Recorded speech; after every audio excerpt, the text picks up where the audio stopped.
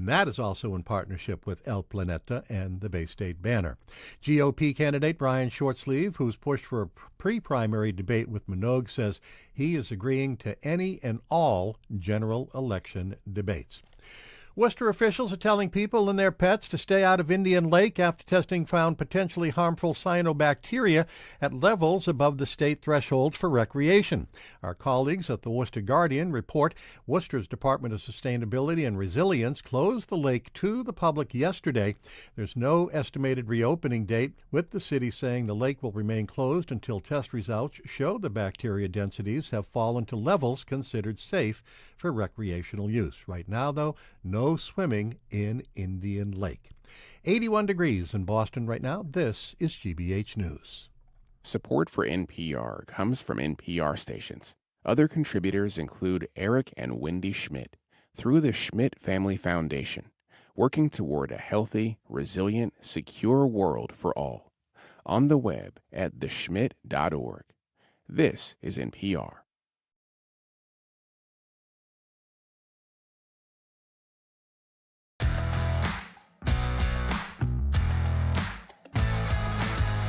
You're listening to BPR and GBH and NEPM. Jim Brady and Marjorie Egan. We are streaming at YouTube and youtube.com/GBH News at 11:30. Senator Ed Markey is going to Zoom in. He just had a debate with Seth Moulton, the congressman. They are battling for re-election, or in Markey's case, re-election. At noon, we're going to be joined by the MBTA General Manager and Interim Secretary of Transportation, Phil Eng. He's going to be with us here. Tomorrow, we're going to be represented by, we're going to be listening to Representative Ro Khanna, and he has been the guy that has been the chief pursuer of the Epstein files. Good morning, Jim. With Republican Massey, who was defeated That's right, thanks Thomas Massey. to Donald Trump. Yep. By the way, and incidentally, if you're wondering, we are in the midst of having conversations with Seth Moulton, and we expect to have him on in the next few days, too. He's obviously the challenger to Senator Markey in the Democratic primary. Nestled in the $575 million economic development bill passed by the Massachusetts Senate last month were several road safety amendments, including the use of speed cameras in school zones and other designated safety zones, as well as near active highway construction sites. Drivers caught by the cameras going 11 miles per hour over the posted limit could face fines between $25 and $100. This is on top of a law that Governor Healy signed last year, allowing for the T-to-ticket vehicles parked in spaces reserved for buses, Marjorie, using automated cameras on the buses, Marjorie. Rhode Island and Connecticut have already laws allowing speed cameras under certain circumstances. They're apparently working. New Hampshire and Maine, not surprisingly, ban them. So what do you think? Would adding more of a surveillance dragnet make us safer on the streets?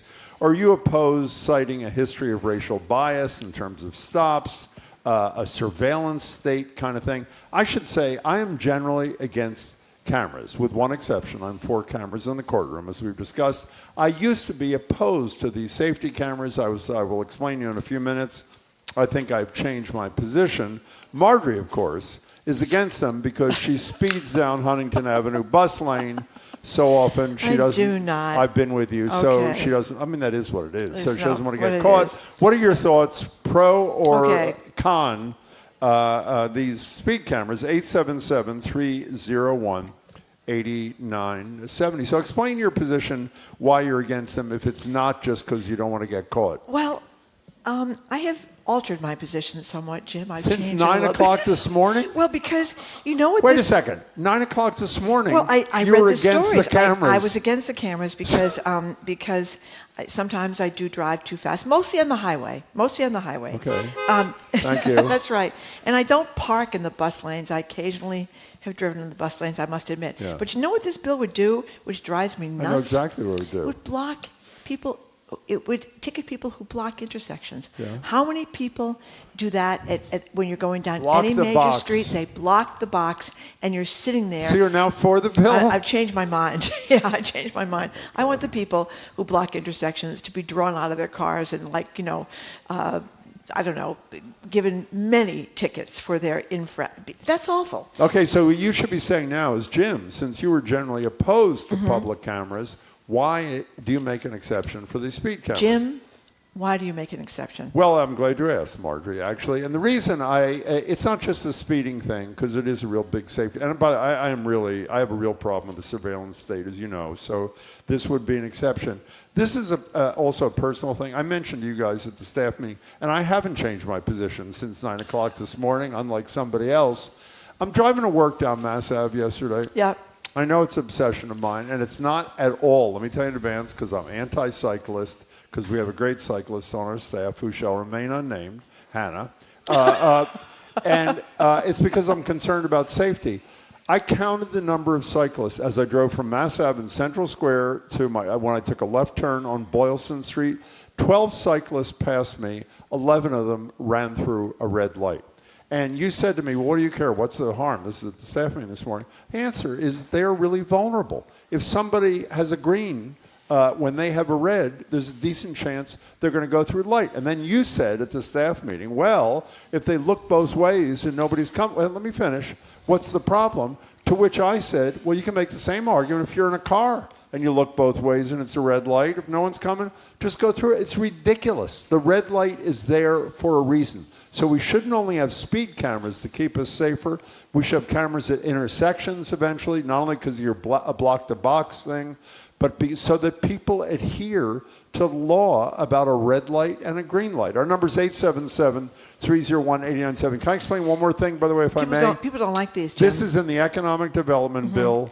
The Senate version of the bill includes this. The House version of the bill does not.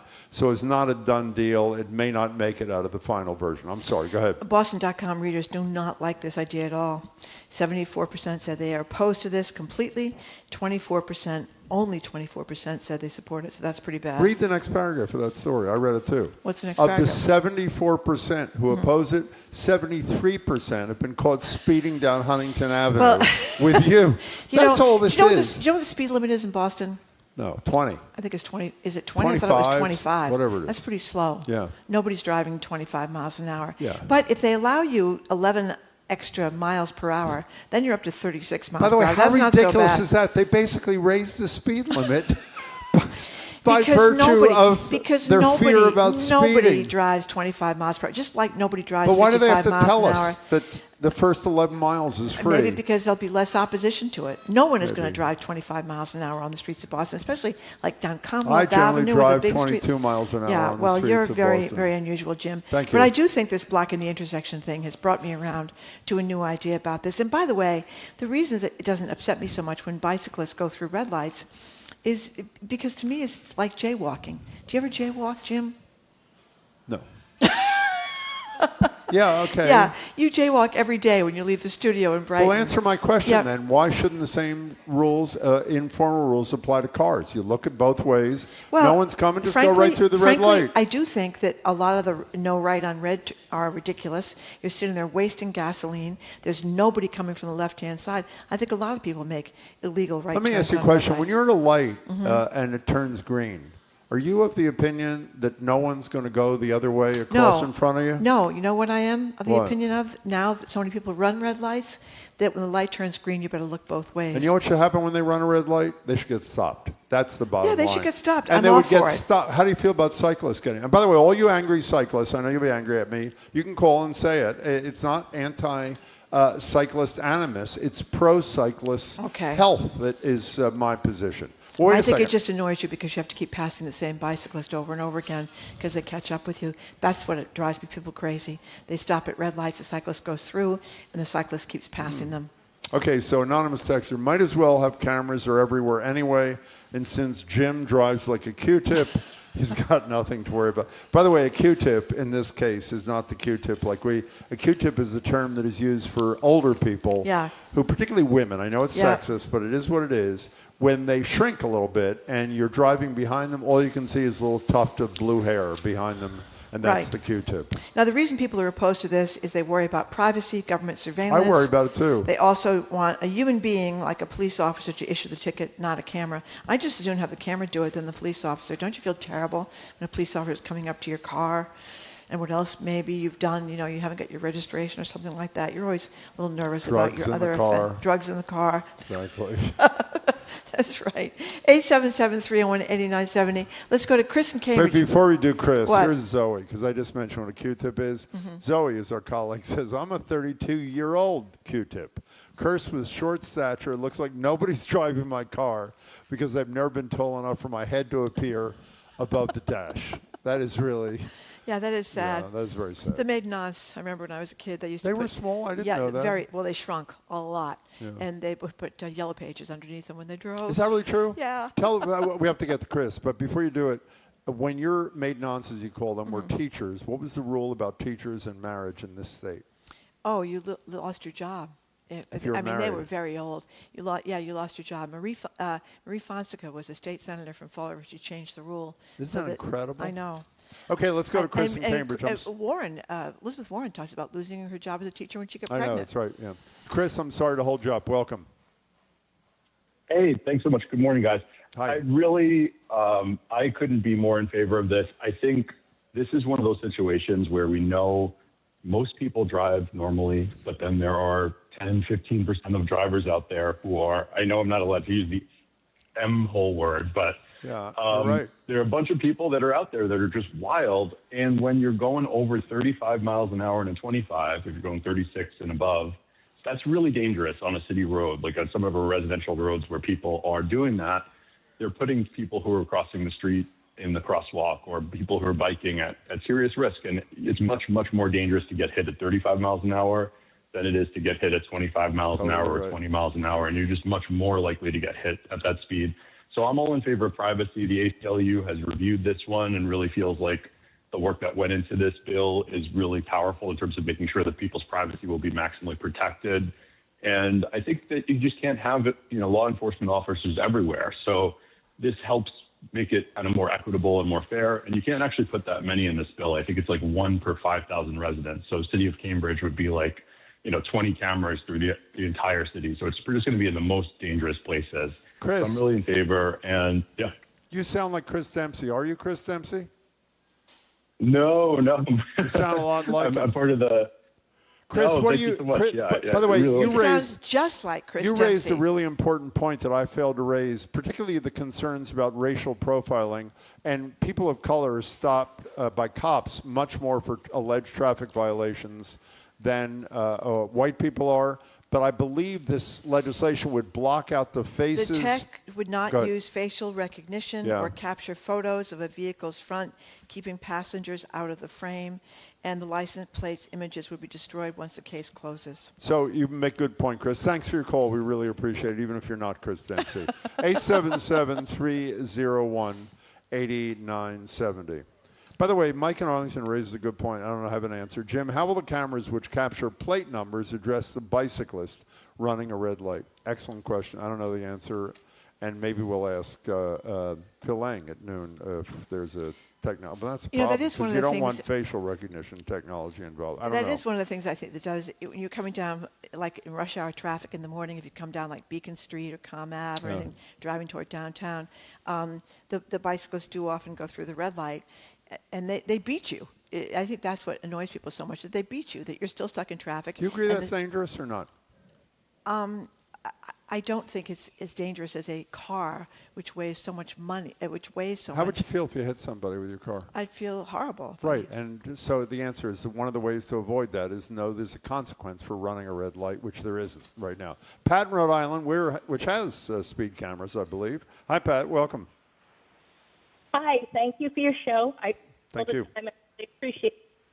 I was ticketed the 2 days before Christmas. And first, I'd just like to say that I love my police department. I worked in federal law enforcement for over 20 years, 55 years of driving, not even a warning because I don't speed. And these cameras are up, and it takes away any kind of variable. Is somebody tailgating you that you have to go a little bit faster to get out of their way? Anyway, I was ticketed 2 days before Christmas. I didn't get the summons until January, and I made a dozen trips to the site, and I made videos. I found on each direction of the road that I was ticketed.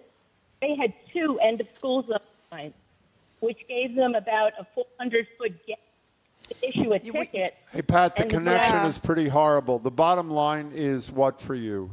We can't hear you that well, Pat. I took I'm sorry, I'm in Market Basket. That's fine. That's a good place to be. But what's your bottom line? Yeah. Bottom line is, people, if they have the time to fight it and they've got a fair argument, they should, because they've made it so that for people working, I'm disabled, and I can go and I can fight the ticket, but they need to make subtle changes to make it fair. And I took my evidence down to City Hall. I asked for a hearing. I explained everything, and they dismissed it.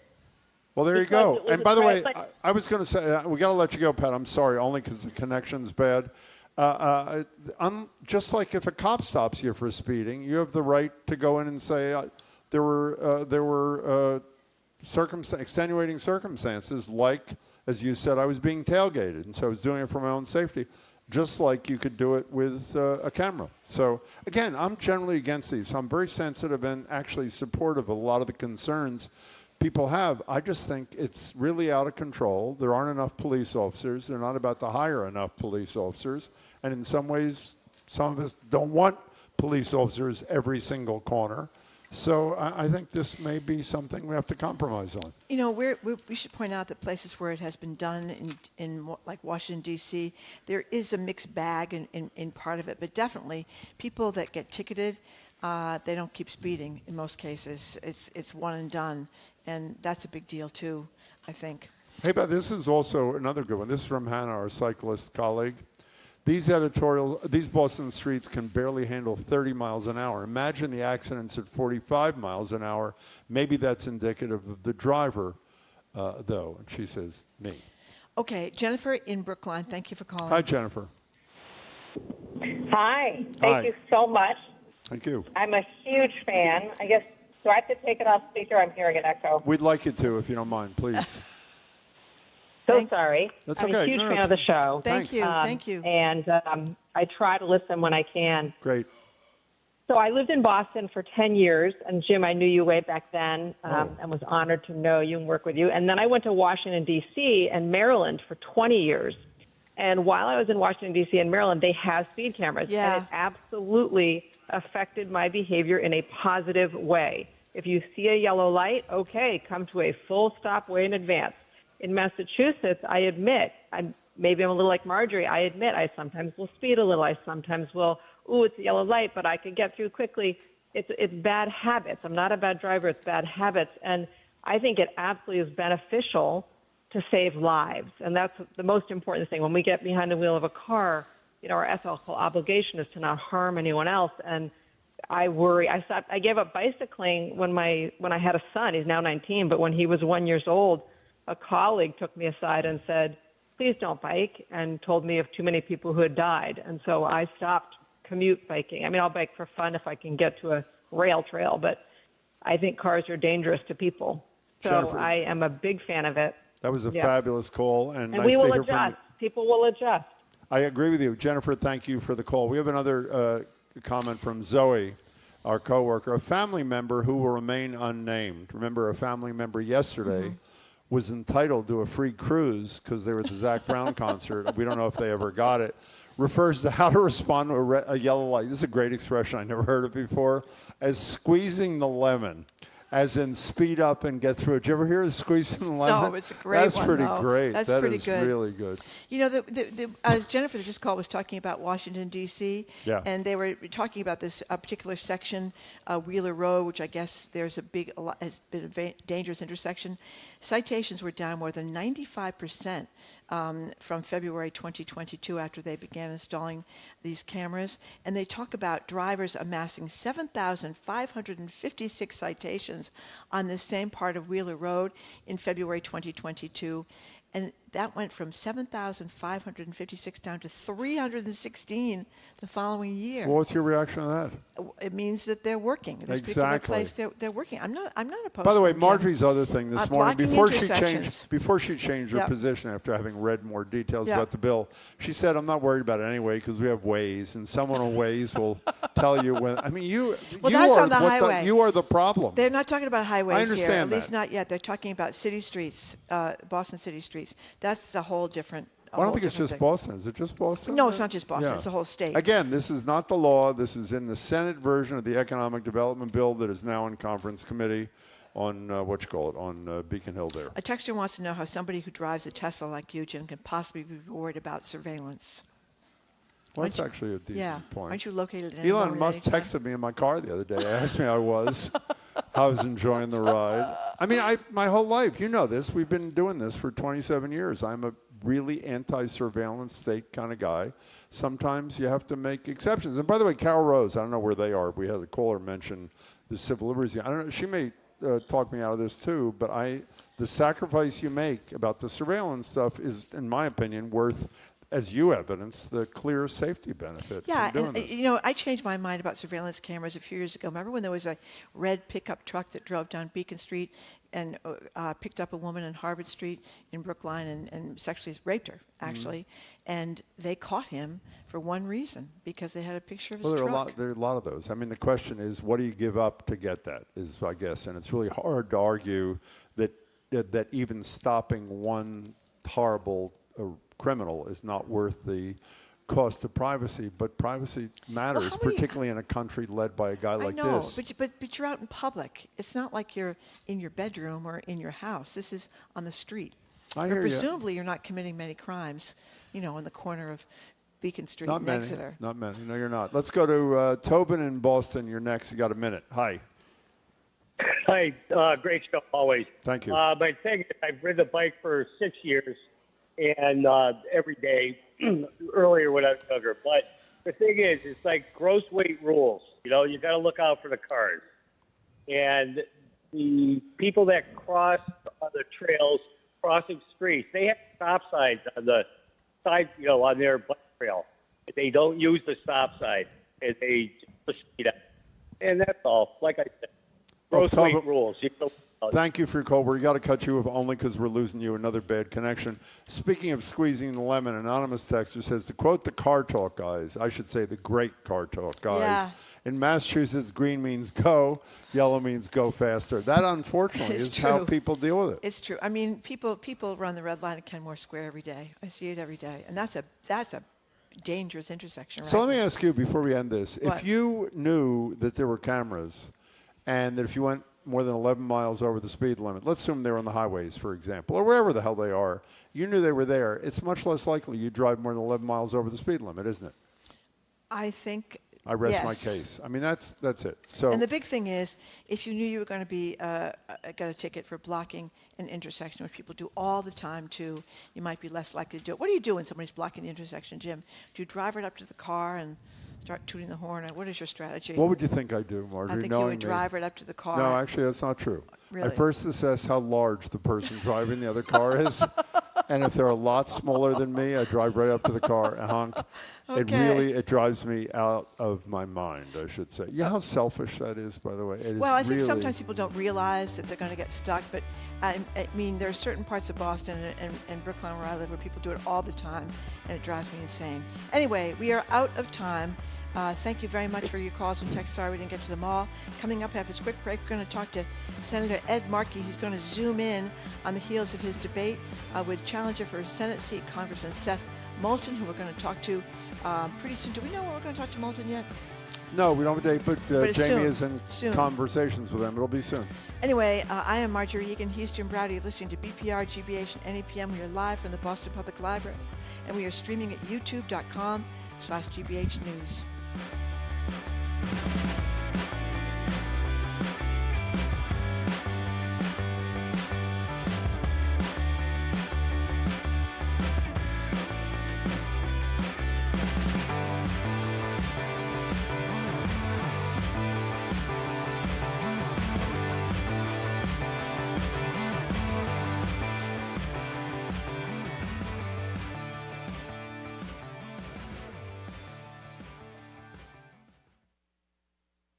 This year, we're getting to know each of the 26 gateway cities in Massachusetts, calling it 26 in 26.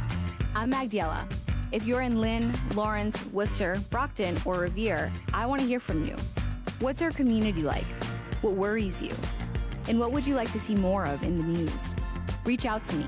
Visit gbhnews.org/gateway cities and fill out our questionnaire. That's gbhnews.org/gateway cities. Our programs are made possible thanks to you. And Boston Children's Museum.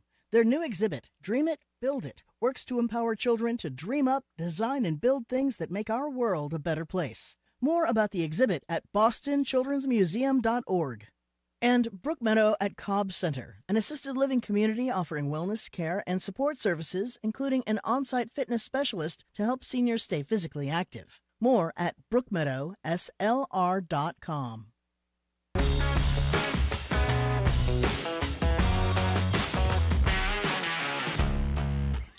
Welcome back to Boston Public Radio. I'm supposed to do that. Sorry. That's okay. Welcome back to BPR on GBH and NPM. Marjorie Egan and Jim Browdy. I don't know what happened there. Streaming at youtube.com/GBH News. At noon today, Phil Eng, the general manager at the T, interim secretary of transportation, will be here for an hour to take our questions and yours.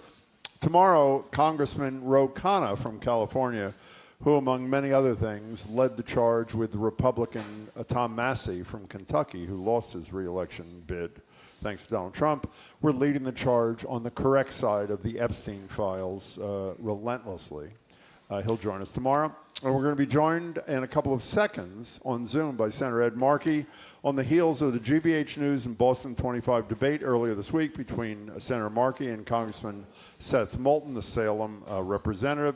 And by the way, that if you go to gbhnews.org, you can watch it and you'll learn a lot, I think. It's really important, and we expect to have a date with Congressman Moulton by the end of the week. We'll let you know. Senator Markey, thanks so much for joining us. Appreciate it. Yeah, great to be with you. Yes, thank you very much, Senator Markey, for joining us.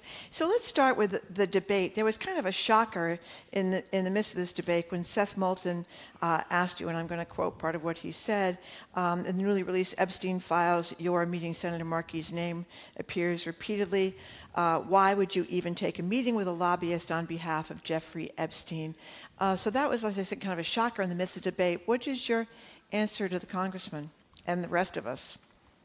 Well, I think Adam Riley did a great job right there. He then said, what evidence do you have? And of course, Congressman Moulton didn't have any evidence because I never had a meeting. I never at any time did anything.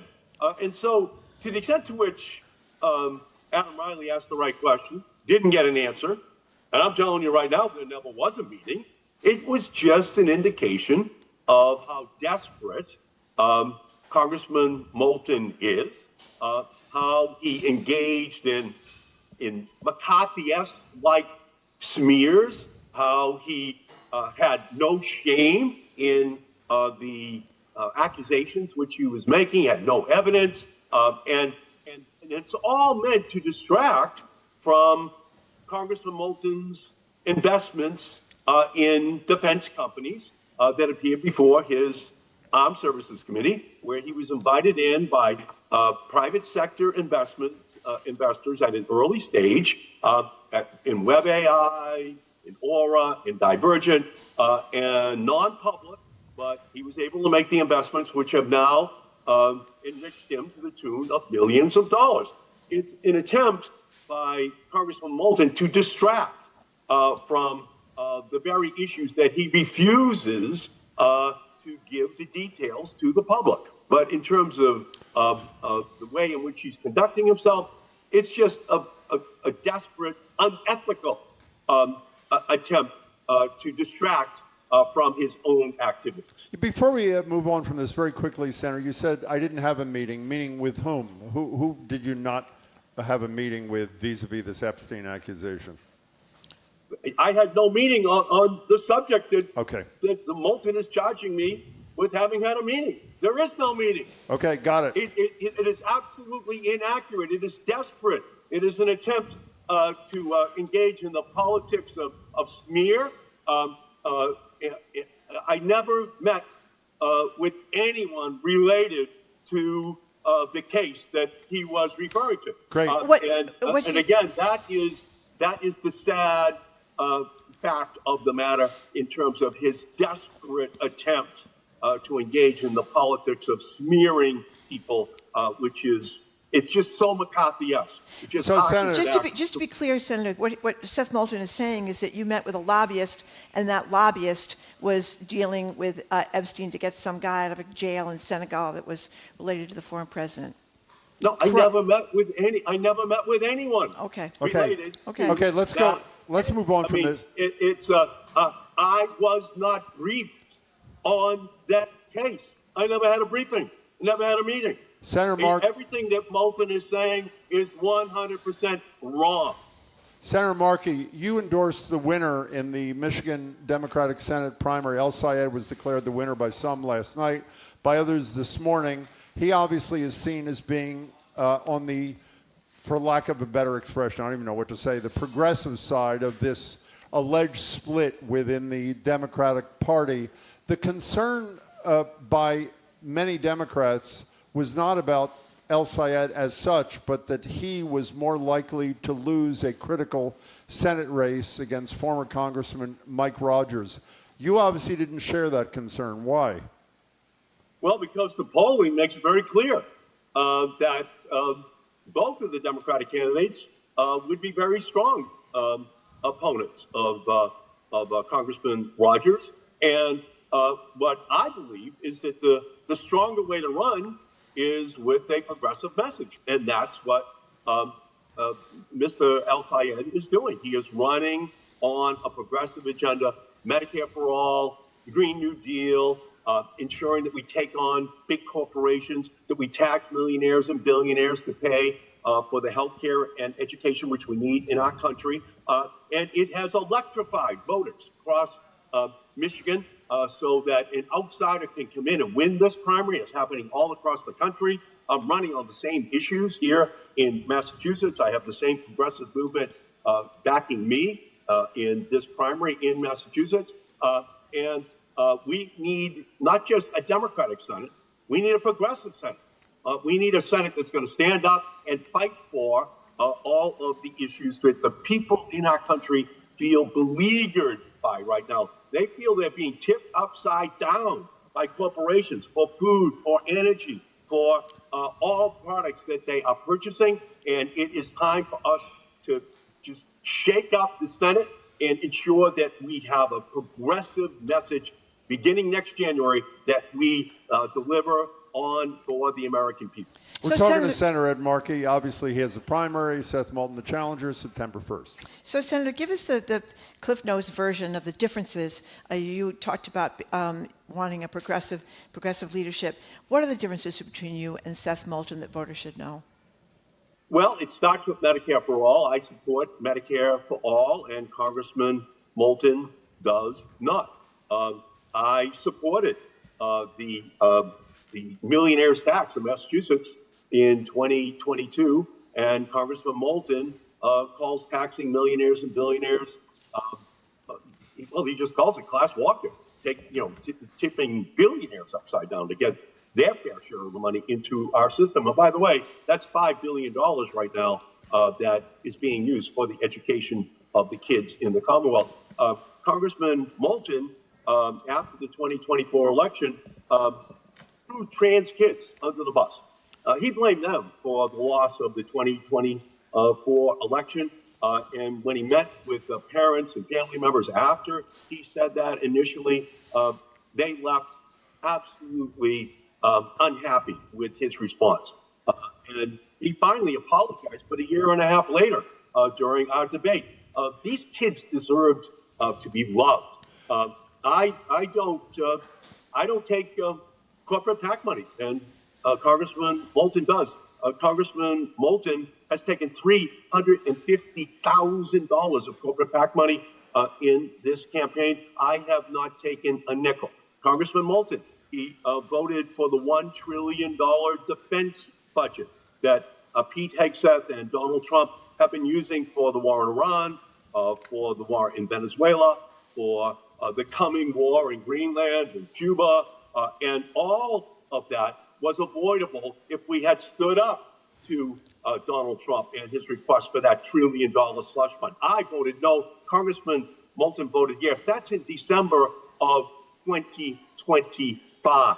So there's big differences between us. And by the way, that war in Iran, it's now cascading through the lives of Americans. Higher electricity prices, gasoline prices, diesel prices, home heating oil prices this coming winter. And I take on the big corporations. I'm willing to take on the big insurance and healthcare and energy companies. I've never taken I've never made a dime off of my service in the United States Congress, whereas Congressman Moulton has been a beneficiary of sweetheart deals given to him by private equity buddies related to the companies that appear before his Armed Services Committee. There's a big difference between the two of us, and I think as this campaign unfolds further, those differences are going to become very, very clear. You know, one other difference, obviously, is age. You're 80. The voters in polls in Massachusetts don't seem to be very concerned about it, but nevertheless, it is a fact. You've said to us in the past, the issue is not, I'm paraphrasing, your chronological age. It's the age of your ideas, and you say you're young by that standard. You also said in the debate the other night, Senator, that if you were unable to serve, you'd step down. But history, when you look at the Feinsteins, your colleague, Eleanor Holmes Norton, Mitch McConnell, Joe Biden, I think, clueless, out of control Donald Trump, all of whom were 80 or older, is that no one steps down. For starters, when this was raised repeatedly by Moulton the other night, why don't you assuage some of the concerns by those who have them by releasing health records, Senator? Well, again, as I said, the only thing healthier than me is the investment portfolio of Congressman Moulton. I think everyone listening to, watching this interview right now can see that I am fighting every single day against Donald Trump. I am a happy warrior. I enjoy this fight every single day. And I have been crisscrossing the Commonwealth, community after community, the mayors, the state representatives, the state senators, all across the Commonwealth have endorsed me. They have not endorsed Congressman Moulton. He doesn't have a single endorsement. And that's because they know I can get the job done. I believe Mitch McConnell should step down. I don't think he can do the job. If I couldn't do the job, I would step down. If Congressman Moulton couldn't do the job, he should step down. People should step down if they can't do the job. That should be the standard. But right now, this is the most energized I've ever been. I'm fighting for all of the kids in Malden and Brockton and Boston and Springfield who are having their educational and healthcare programs attacked. My father drove a truck for the Hood Milk Company, and all I can tell you is this, that Donald Trump is bringing out the Malden in me every day. I'm fighting for those kids on those porches, those blue collar and poor kids who are being attacked and being denied their ability to realize their American dream. So how about that? You can say that I am ready to fight and ready to deliver for the people of Massachusetts on the floor of the Senate next year. How about, but why not just release health records, as I say, to assuage whatever concern some voters may have? Why not? Because everyone can see that I am healthy, that I can do the job, and I am. And if I couldn't do it, I would step down. I wish I could say the same. I am doing the job. I'm ready to do the job. And no one should stay in any job if they cannot do that job. And I would not, and no one else should either. We're talking to Ed Markey, Senator from Massachusetts. Senator Markey, I understand you have voted against dozens of Donald Trump's nominees to various positions in the government.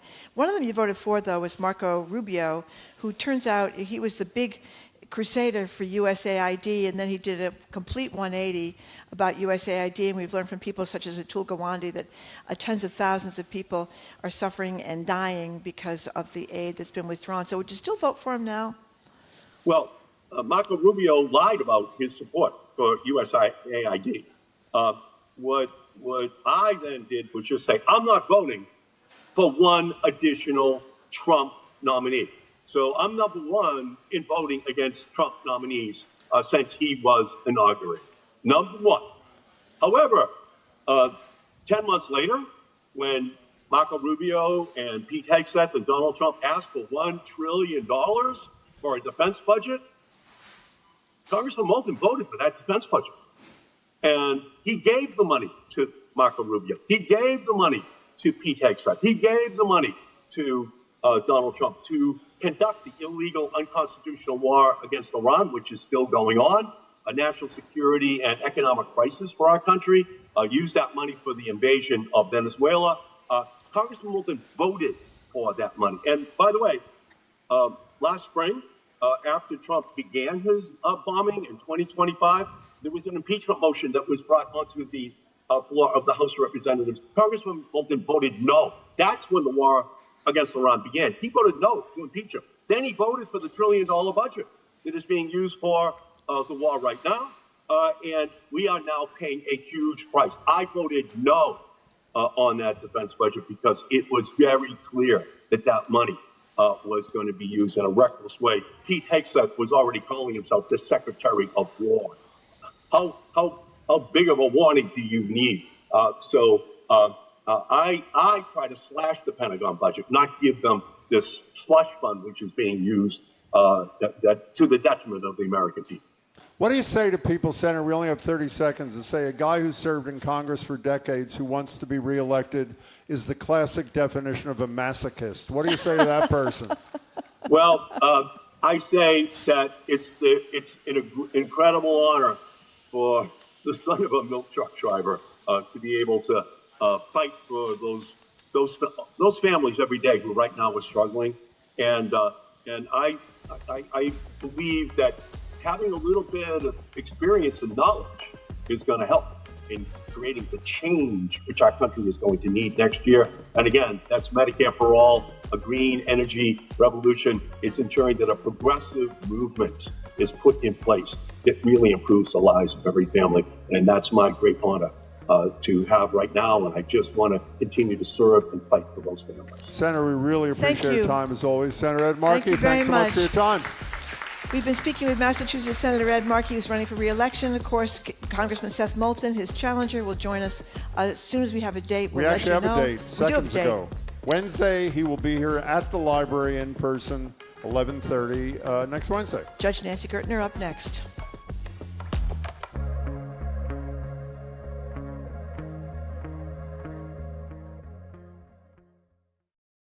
I'm Jared Bowen. Today on The Culture Show, finance was once the territory of old, stodgy white men. Then came the Yuppies, bankers, lawyers, and strivers who made Wall Street glamorous, work all-consuming, and ambition a lifestyle.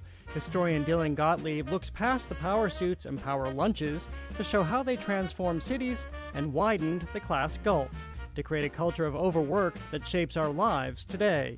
That and more on The Culture Show today at 2 on GBH 89.7. Support for GBH comes from you. And New Bedford Whaling Museum, presenting summer exhibits including Sailor's Valentines, Maritime Art from the Heart, Proteana, Susan Heidman, and Look Pleasant, Please, Early Portrait Photography in New Bedford, whalingmuseum.org. And Concord Park, a Volunteers of America senior community in Concord, offering wellness, care, and support services to help seniors age in place, including a Compass Memory Support Neighborhood. concordpark.org/care.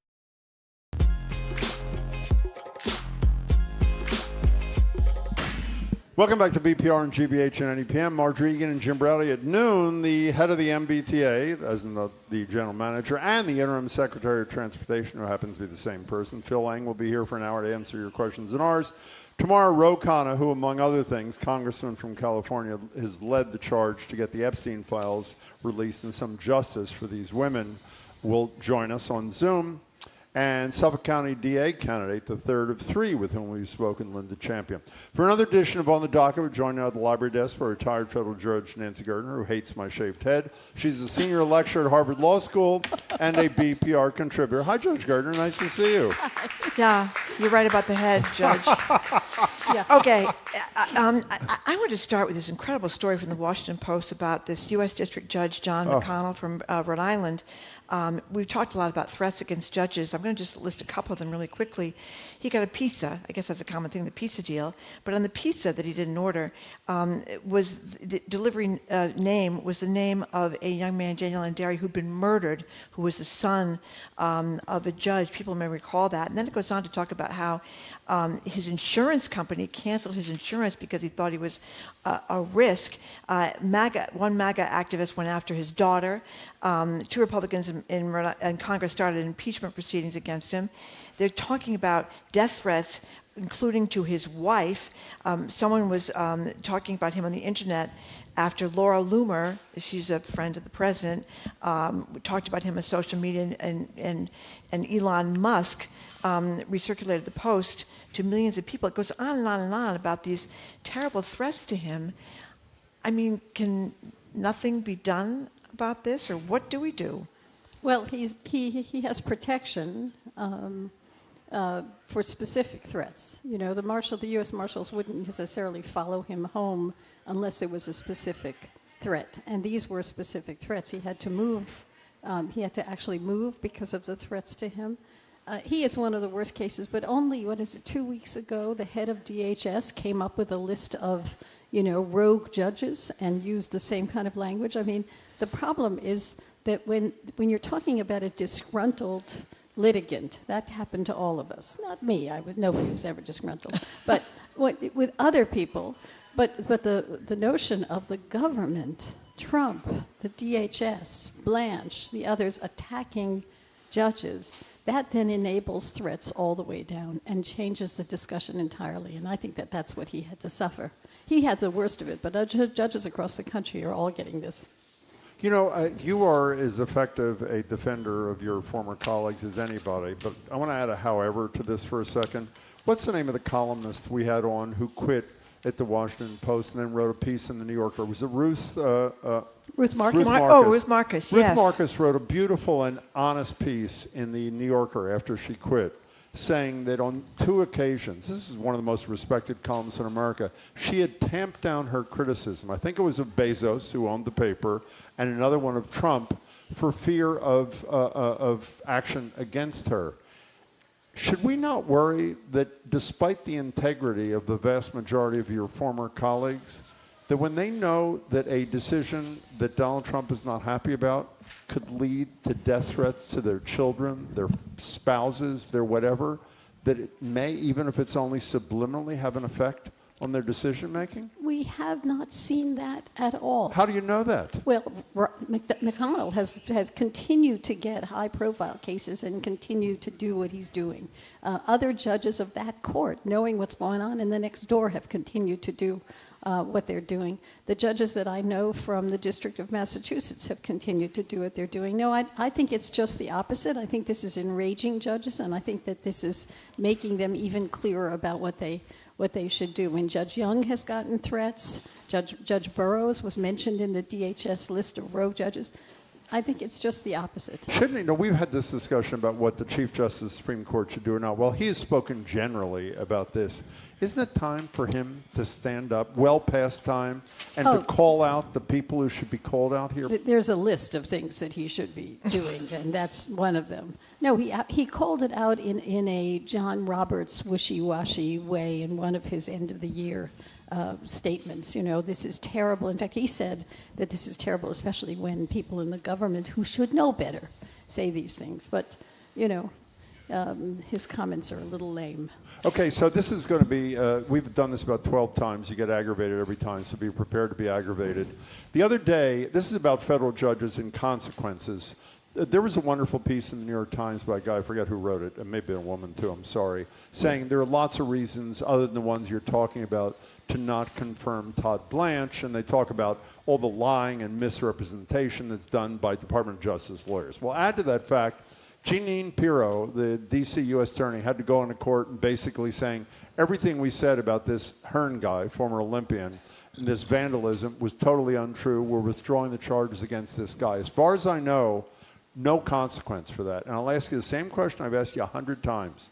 If the Department of Justice continues to be rogue players who operate outside the law, and there's no consequence other than embarrassment for their extra legal, I'll be kind, behavior, it seems to me there's no disincentive to keep doing the same things. Why isn't somebody in this algae case, whether it's Doug Burgum, if he's the source, the Secretary of the Interior, somebody in Pierre, somebody called the task for these lies? Well, there's a range of things that can happen to them. Okay.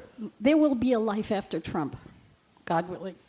And in the life after Trump, they will be held to account. There have been disciplinary charges brought against in the people who were involved. For example, in January 6th, one of them, I think it was Eastman, got disbarred. So there will be bar charges.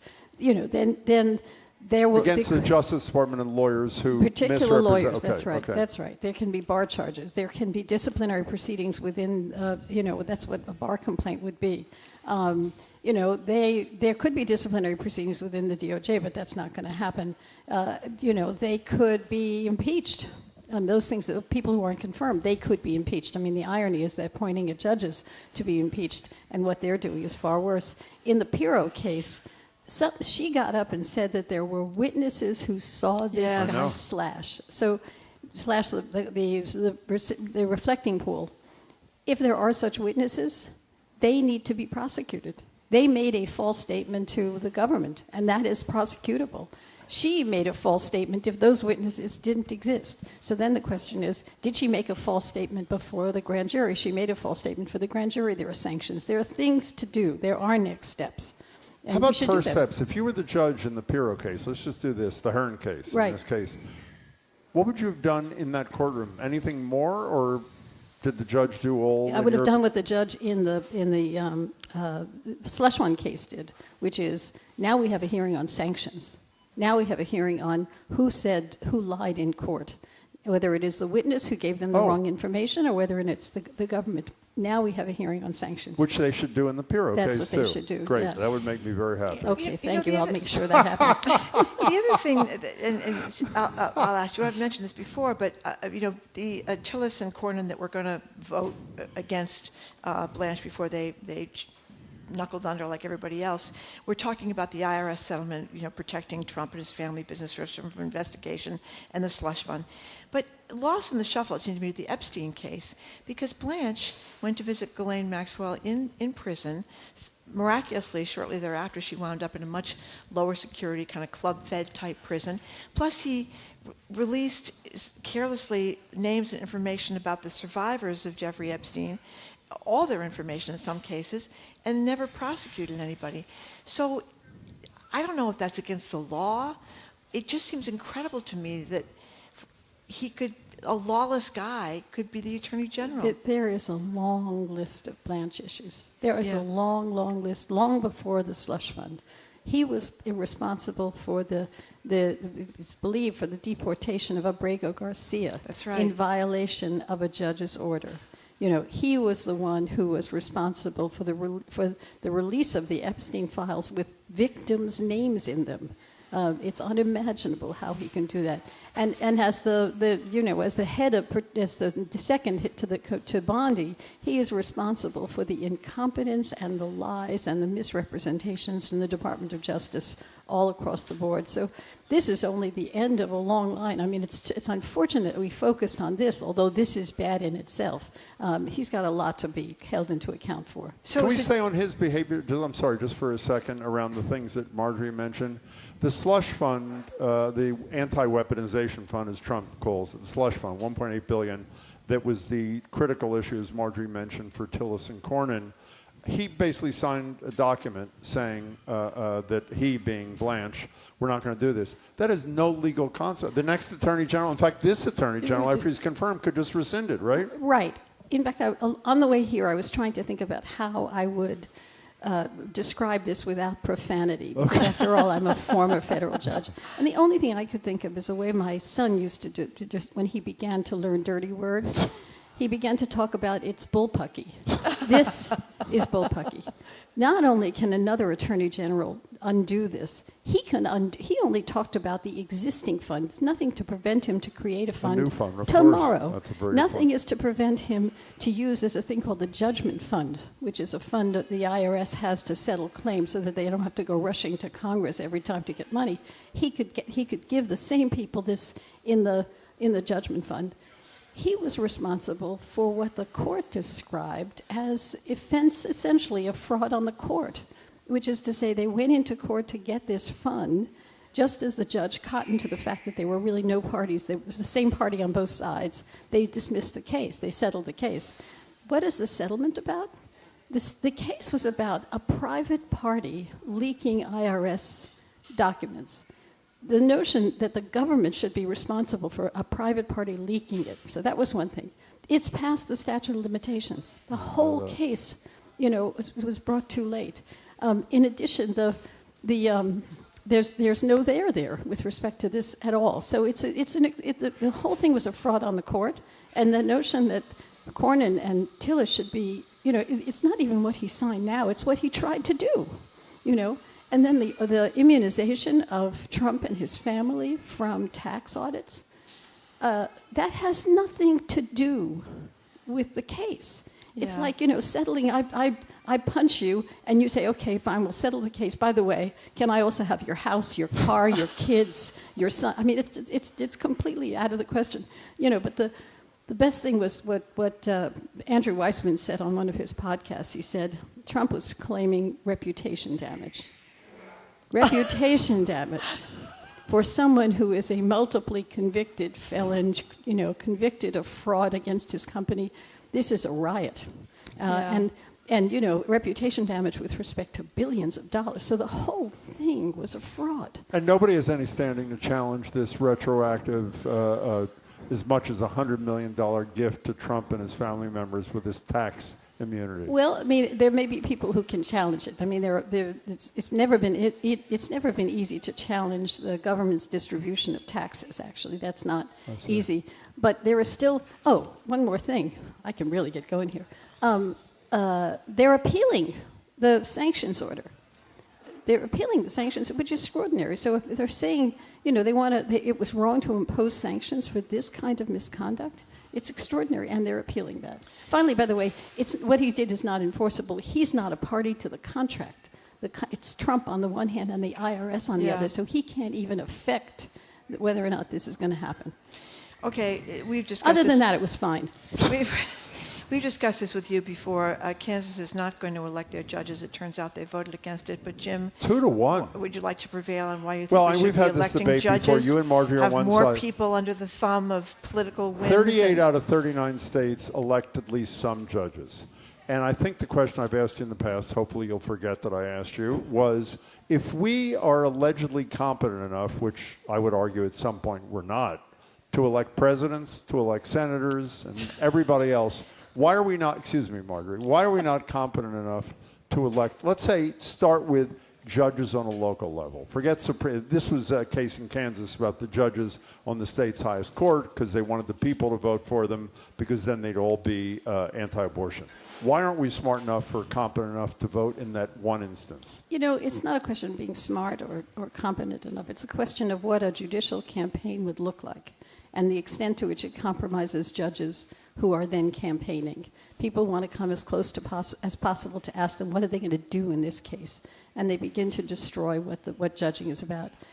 Why are we not competent? No other Western democracy, elects judges. No one. But most of the states do.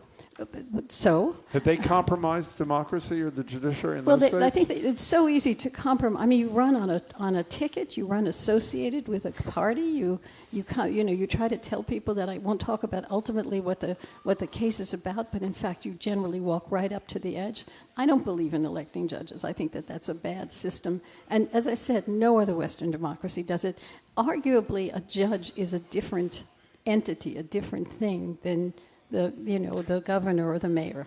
By the way, let me just say, even though I'm on the other side of this, the vote in Kansas is to be celebrated in some degree. The vast majority of people in that state are anti-abortion, yet they voted against the constitutional amendment that would have allowed them to vote anti-abortion judges onto the state's highest court. Because they don't want politics to get They into bought your argument, which is pretty impressive, voting for a judge is very different than voting for the dog catcher or voting for the mayor. I'm against voting for the dog catcher, by the way.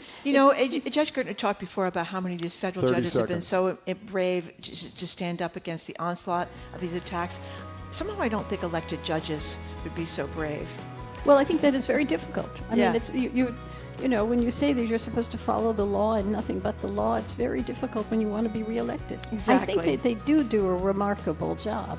But I do think that that's very difficult, and there's no reason for it. Judge Gertner, it's wonderful to see you as always. Thank you so much for your time. We have been speaking with retired Federal Judge Nancy Gertner, senior lecturer at Harvard Law School, BPR contributor. Thank you very, very much, Judge Gertner, for coming in. We say goodbye to those of you listening on NEPM. Fabulous 413 will be starting at 3 this afternoon. Thanks for tuning in the first place. We're going to keep going here in Boston. After this quick break, it is Ask the GM with MBTA General Manager and Interim Transportation Secretary Phil Eng. The T, the roads, the buses, the Cape Cod bridges, everything is up for Phil Eng. I'm Marjorie Egan. He's Jim Browdy. This is BPR, GBH, and NEPM live from the BPL.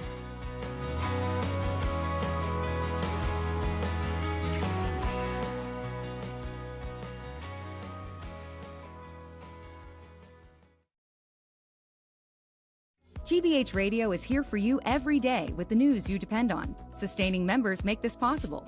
Their small monthly contributions, joined with fellow listeners, add up to huge community support. Learn more at gbh.org/sustainer. Funding for our programs comes from you. And Smith College Museum of Art, presenting artist Alma Thomas, who created abstract paintings inspired by nature, space, and music. On view at Smith College Museum of Art in Northampton, scma.smith.edu. And M&M Skylights, offering the full range of Velux skylight products, installation, and maintenance services to customers from Boston to Portland and surrounding areas. More information at mmskylights.com. I'm Edgar B. Herwick III. Today on the Curiosity Desk. I'm calling the show off. I can't do it. I have a horrible sunburn. I am burnt. I am fried. All because I didn't know the difference between sunblock and sunscreen, or what SPF actually is. I mean, who does? Edgar, you have to do a show today. Fine. But for any of you lobsters out there who could use a primer, find yourself a shady spot and tune in. Today at 1 on GBH 89.7. You're listening to 89.7 WGBH HD1 Boston. Online at gbhnews.org. GBH News. What matters to you?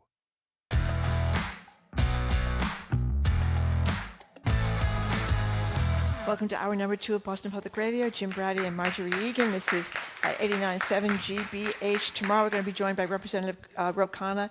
You may know him from his crusade to get the Epstein files open, and Suffolk District Attorney candidate Linda Champion. Hello again, Jim. And a lot of people, after we talked to Ed Markey a half hour ago, said, when is Seth Moulton on? Congressman Moulton will join us in person at the library next Wednesday at 11:30. Joined now live at the library by Phil Eng. Phil, of course, is the GM, General Manager of the T, and Interim Secretary of the Department of Transportation. If you have a question for Phil Eng, you can call or text at 877-301-8970, or if you're at the library, come find our colleagues, Hannah or Ariana. Phil Eng, it's great to see you as always. Thanks so much for your time. Thank you, Jim. Thank you, Marjorie. I appreciate the opportunity. We're trying to start with some good news instead of some bad news all the time. So things worked out pretty well for the World Cup.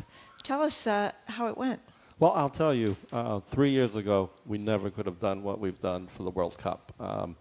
And what we delivered for this summer, and it's not just the World Cup, 250th tall ships and Sail Boston, was we demonstrated that if we make the right investments, and the Healy-Driscoll administration, the legislature have been investing in transportation, we can deliver a world-class system. And for those days through June through July, we did just that. The key is how do you keep doing that? Just an example, July 4th, this past July 4th, we ran 180% of the trips we ran on July 4th in 2023. So think about that. The number of trips, the frequency of our system, and that was just heavy rail, light rail. The ferry services that we're doing, the commuter rail system, 14 trains to Foxborough. We never would have been able to do it in the winters that we had to, carrying over 100,000 riders. We delivered something that I think many people did not believe we could do, but it demonstrates just what transportation means to the public, means to visitors, means to the economy and quality of life. And it just also shows that this agency can do things in a different way than we used to do prior to 2023. I want you to know my favorite radio talk show host, who shall remain unnamed, thought it was going to be a disaster. And that unnamed person, me, turned out to be wrong. The seats were not full. Is that because of the price? Because of the... Do you think that's why you didn't sell out? Is that what the deal was? No, I think it was because of a couple of things. A lot of these riders did not choose their mode of travel until closer to each match. And as we got into the round of 32 and the quarterfinal, we saw that because those were not released earlier. No one knew what those were. But what we saw is a lot of these transit riders were buying tickets the last week, the last day. I even had people buying return trips that did not buy trips to the event. So it really was just based on making sure we had 20,000 seats available. The other key part is we did a lot of messaging from the MassDOT side on real-time road travel, advising people to avoid the area, and we had mode shift. And we also saw that with the right messaging and availability of mass transportation, people could do either, and the roads were not as congested as you might see during a normal Patriots game that we've seen in the past. And the other part is the entire system had fans from across the globe. I saw them on subways, I saw them on ferries, I saw them on different parts of the commuter rail and on our buses. So it wasn't just what we did from South Station to Foxborough, but that demonstrates that it's the entire network, Are there any lessons including that were RTAs at GATRA who provided other services to, and all the RTs, the 15 of them all contributed buses to that. Regional transit. Is there any lesson that was of value in your estimation in terms of daily riders, or is it just for big events and major days, July 4th and that sort of thing? Any takeaways from that experience for you? I think the takeaway is that what we're doing now to make sure our regular riders 365 days a year, the investments being made, is crucial to them every day. But those investments are going to be essentially crucial for these types of events too. And how do you balance both of those, which is what we really worked on to be able to make sure our regular users had the right options, had the right information, but then we made it a viable option for others. And I think at the end, we saw so many people celebrating. We saw so many businesses just booming with customers. It's really what mass transportation is supposed to do. Were you nervous before the World Cup? Were you nervous before the World Cup? Yes, I was nervous before the World Cup. I can't say I wasn't. But I'll tell you, once we got into that rhythm after match one, and then every match, we shortened the times, we improved, and we even messaged to the riders, follow the groupings that we created, because the groupings mean you don't have to be online. The groupings mean you could show up, and guess what? Your train is going to be there. And when it came to the end, and I remember being at South Station watching the last train depart, I was actually sad because it was really exciting of what mass transportation can do. And it would have been great if we had another match or two. 877-301-8970 if you want to speak directly to the head of the T and the interim Secretary of Transportation. Let's go to Jim in Waltham. Thank you for calling, Jim. Hi, Jim. Hey, it's me again. I talked with the governor back when she was on last week about my brother, a retired Waltham firefighter. Yes. By the way, have you heard from her? Have you heard from her? No. We cleared our calendar. My mother and I we waited Wednesday afternoon and never called. I promise you we will follow up with the governor's office as soon as the show's over today, Jim, so stay in touch with us. But what's your question for Mr. Eng here? I guess my question is the same thing. My brother was really I've got a lot of feedback. I don't know if you can hear me, but my brother was very sick. He was in a nursing home in Waltham. The only way you could get to dialysis 3 times a week would be by the ride. So the problem is with the ride is dialysis would be 3.5 hours. It turned into 8 hours. The ride van would not go across 128. It had to stop at Riverside, and we had to get a relay van at Riverside to take him to Wellesley. And it's just outrageous. I called and spoke with the T. They wouldn't give out phone numbers because their policy is they don't give out numbers or private numbers. The person from the ride, this is when he was still alive, wouldn't call back. Mr. Secretary, there's definitely, I know you do a great job, but there's customer service. There's a problem here. I just spoke with somebody for the ride. She hung up on me, the director of innovation for the ride. Jim, well, I think we going got on? the gist. Let's hear what the GM of the T has to say about this. So why don't you give me the information as well? We will make sure we reach out regarding this particular concern. The one thing I will say about the ride, and just like every other mode, the investments we're making, we're carrying more and more people on the ride, just like every mode as well. Could you explain what the ride is for the few people who don't know what it is? It's a paratransit system that allows folks that can't use our traditional mode of travel the ability to have freedom to do medical appointments such as this, shopping, visit others. And it's one where you call ahead, you schedule your trip, and we ensure that riders can do it. And just this past June, and up from the fall of last year, we went from, I think, 92,000 riders a month to 100,000 ride trips. The percentage, on-time percentage has gone up.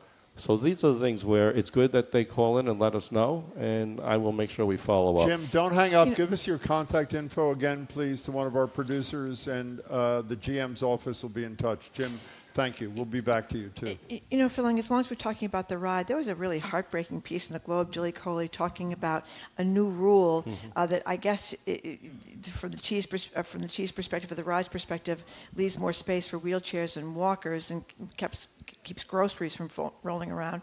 But people who are disabled are talking about how they can't take enough of their groceries now on the ride with them, so they're having to go to the supermarket, more often, which is a big deal if you're disabled.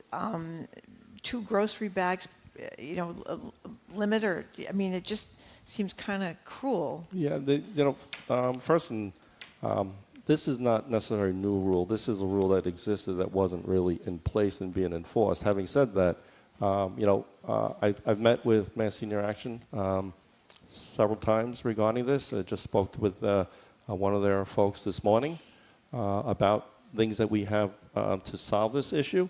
The balance has been about making sure, and as I mentioned, ridership has gone up, and we want to make sure that we accommodate everyone. At the same time, we want to be able to facilitate these kind of common basic needs as grocery shopping and the freedom to get out. And so we did meet with them. They've shared a lot of information.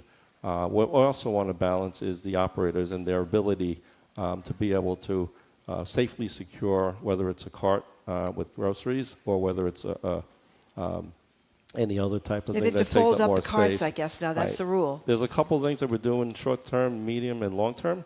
But I do want to get more feedback from Mass Senior Action because I don't want to implement another change without their feedback. So we've agreed we're going to be sitting down early next week. I gave them some preliminary information this morning, which they feel very good about, but I need to get more feedback from more of their group. We will solve this issue because I certainly understand some of the changes in how they impacted some people. Henry on the T texts a question to Secretary Eng. Please talk about the senior-free T-passes. This program talked about seniors not willing to give up their driver's license before, something we've talked a lot about through the years. I think this is a very smart incentive to improve road safety. So, this is something that I had the opportunity when I exchanged information with a transit system in Korea. And it was one where I was talking to a rider, and she told me how if they no longer drive, they have a free transit opportunity. So sat down with the RMV, sat down with the MBTA, and we haven't announced a start date, but the intent here for car-free seniors, if you're 75 and older and you have a mass ID, you will have the ability to sign up for free transit. And there's twofold, right? It gives people the freedom to move. It's also about affordability for folks. And then the other piece is that, there's been times, and my father was the same, where there was a point in time where we had to have a hard conversation with Dad. Maybe driving isn't the best thing. And if we have the ability to say, mass transit is available to you, I think that's what we should do. And, I'm really proud of what RMB and the MBTA have put together and look forward to being able to announce that start of that initiative. We're talking to Phil Eng. He's the GM of the T and the Interim Secretary of Transportation. You can talk to him directly or text at 877-301-8970. Jean and Wayland, you are on with Phil Eng. Hi, Go Jean. ahead. Thanks for calling. Good morning. I have two things I'd like to ask a question about. Number one, there's a huge problem. I live in a western suburb. We don't actually have any access to any kind of terrain or anything. But when we do have, so we have to drive. But when you get to Riverside, there's no spaces left. So this is a huge problem, and I don't know why we can't have a system where you can go on the app and look if there's any spaces available in any one, whether it's state land, local land, whatever. It should be a comprehensive process. That's number one. Number two, particularly on the commuter rail, it's very dangerous having those bikes on the cars with just willy-nilly everywhere. And it also takes a lot of the seating that is meant for elderly, handicapped, and parents with strollers. And there's no one doing anything about it. Let's hear what Phil Eng has to say. Thank you, Gene, for your call. Well, with regards to parking capacity and availability, I agree that real-time information is useful. I know that we have done those types of measures during special events when we wanted to people divert to different areas for parking, and the idea of doing that is something that we are looking at in terms of being able to provide real-time information on how many spots remain. So more to follow on that one, Jane. Regarding the bike policy, this is something that I know even in my prior role at Long Island Railroad and here during the pandemic, bike policies were relaxed because ridership was down and more space was available. As we look at ridership coming back, we have to really take a harder look at what are those policies. And again, it would be enforcing something that really is an existing policy. So, for instance, during certain hours, only foldable bikes are allowed on our fleet. And so these are areas where we're evaluating how best to communicate that, how to implement those types of things. We understand the importance of those types of uses. Micromobility is something that we're looking at, and really proud of what the Healy Driscoll administration and the legislature are leaning in on that component. But we know first mile, last mile, and bikes are a key part of people's travel. It makes it more affordable. But we do have to balance as ridership continues to come back. How do we enforce those rules? Speaking of Healy and Driscoll, whenever the governor is with us, and anywhere she is, affordability is every other word out of her mouth. One of the major concerns about affordability is not caused by anything here, it's gas prices. And I know, what advice do you have as somebody who oversees this whole infrastructure, other than choosing mass transit if they can? Do you have advice for drivers, people who need to drive or choose to drive, about how to try to tamp down these insane costs because of this war in Iran? Well, I know folks that enjoy driving do it because they like using that mode of travel. What I would encourage is to try other modes, right? And as the previous caller said, drive to one of our stations and then use the system, whether you're coming from further out in western Massachusetts or even if you're within the area. Have you seen a connection between gas prices going up? I know it's only been a handful of months. The war started, I think, February 28th. Have you seen a connection already between rise in ridership and the cost of driving your car? Well, I can say we're seeing a rise in ridership. I think that's connected to the investments we're making, in making the system more safe, making it more reliable and more frequent. Because when it's more frequent and more reliable, you could take multiple modes and feel that you're going to have a reasonable travel that every day you can count on. If the cost of fuel drives people to, literally or figuratively, to mass transit, I think the thing is they need to know and want them to know that mass transit is getting better and better. Some of the things that is going to be part of our future discussions and ongoing is investments in regional rail. How do we make the commuter rail system even better than it is? I mean, it's It's the strongest return across the nation in terms of ridership, pre-pandemic levels. But we also know we need investments in more tracks. We need investments in improving our stations, and we're doing that. We're buying new locomotives that allow us to continue to deliver, and we're focused on how do we make it more viable. In my role as secretary, working with the regional transit authorities, and even in the role as GM, that was an important component because those municipalities, local roads connect to state arterials, and all of these make it much more freedom to choose your mode of travel, but also takes away the frustration of, should I or shouldn't I drive, or should I or shouldn't I take mass transportation? Talking to Phil Eng. Okay, we have a text, Phil Eng, from a texter. Obviously, those long shutdowns, the person says, can't they do repairs overnight or limit them to 2 to 3 days at a time? Seriously problematic for those of us who live and work downtown. Enough already. I certainly have to say thank you to the public, because what we've been able to do in the last 3 years could not have been done had we not done it in this manner. And if I go all the way back to 2023, we issued a capital needs assessment. Back in that report, just using our subway track infrastructure, only 11% of the track was in a state of good repair, meaning 89% of the track needed replacement, repairs. If we continue to try to do it in the overnights like we were doing for the first 6 months and so, we were fixing one speed restriction and we would have 2 new ones pop up. And it's true, what we did by the end of 2024 in those 11 months really equated to about 40 years of work had we done it in the overnights, all right? Where we stand today is about 70% of our track infrastructure is a state of good repair. The reason we needed to do the red line most recently, and I understand, first and foremost, the first day, the torrential rain did not help that situation. I knew that, and when I saw the rain, I said, this is not good for anyone. But those 9 days, we accomplished a lot of significant work that we had not touched before. And if we didn't do it, I could assure you they would be speed restrictions in a year, 2 years. And then we would be doing unplanned. We'd be doing it when it may be worse, where we have more people.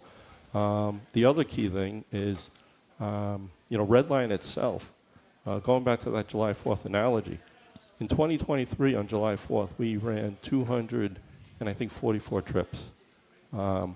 This July 4th, we ran over 450 trips on that same day, right?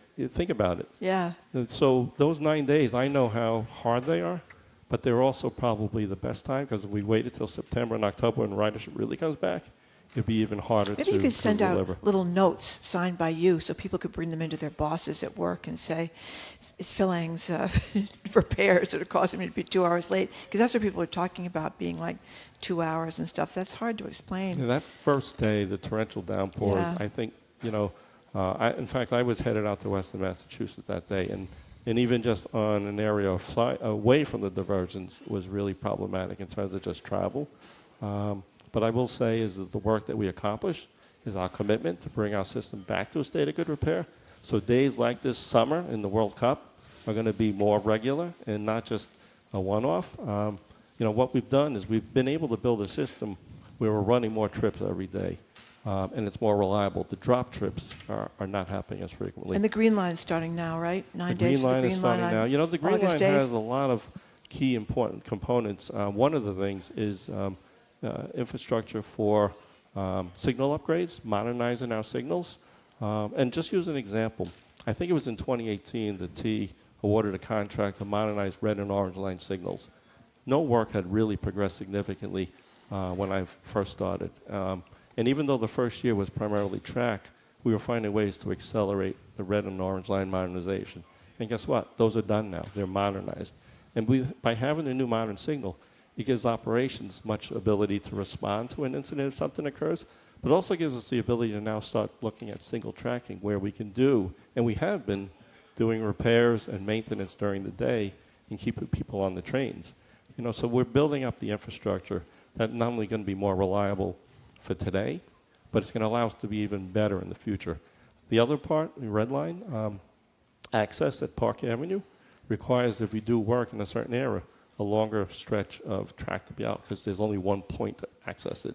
Next year, we're going to be creating another access point over by the LWAF end. It allows us, again, more operational flexibility, be able to minimize the impact to the public. And as we get back to a full state of good repair, you'll be able to be doing then maintenance and minor corrective actions that can be done on an overnight, that can be done in a different way.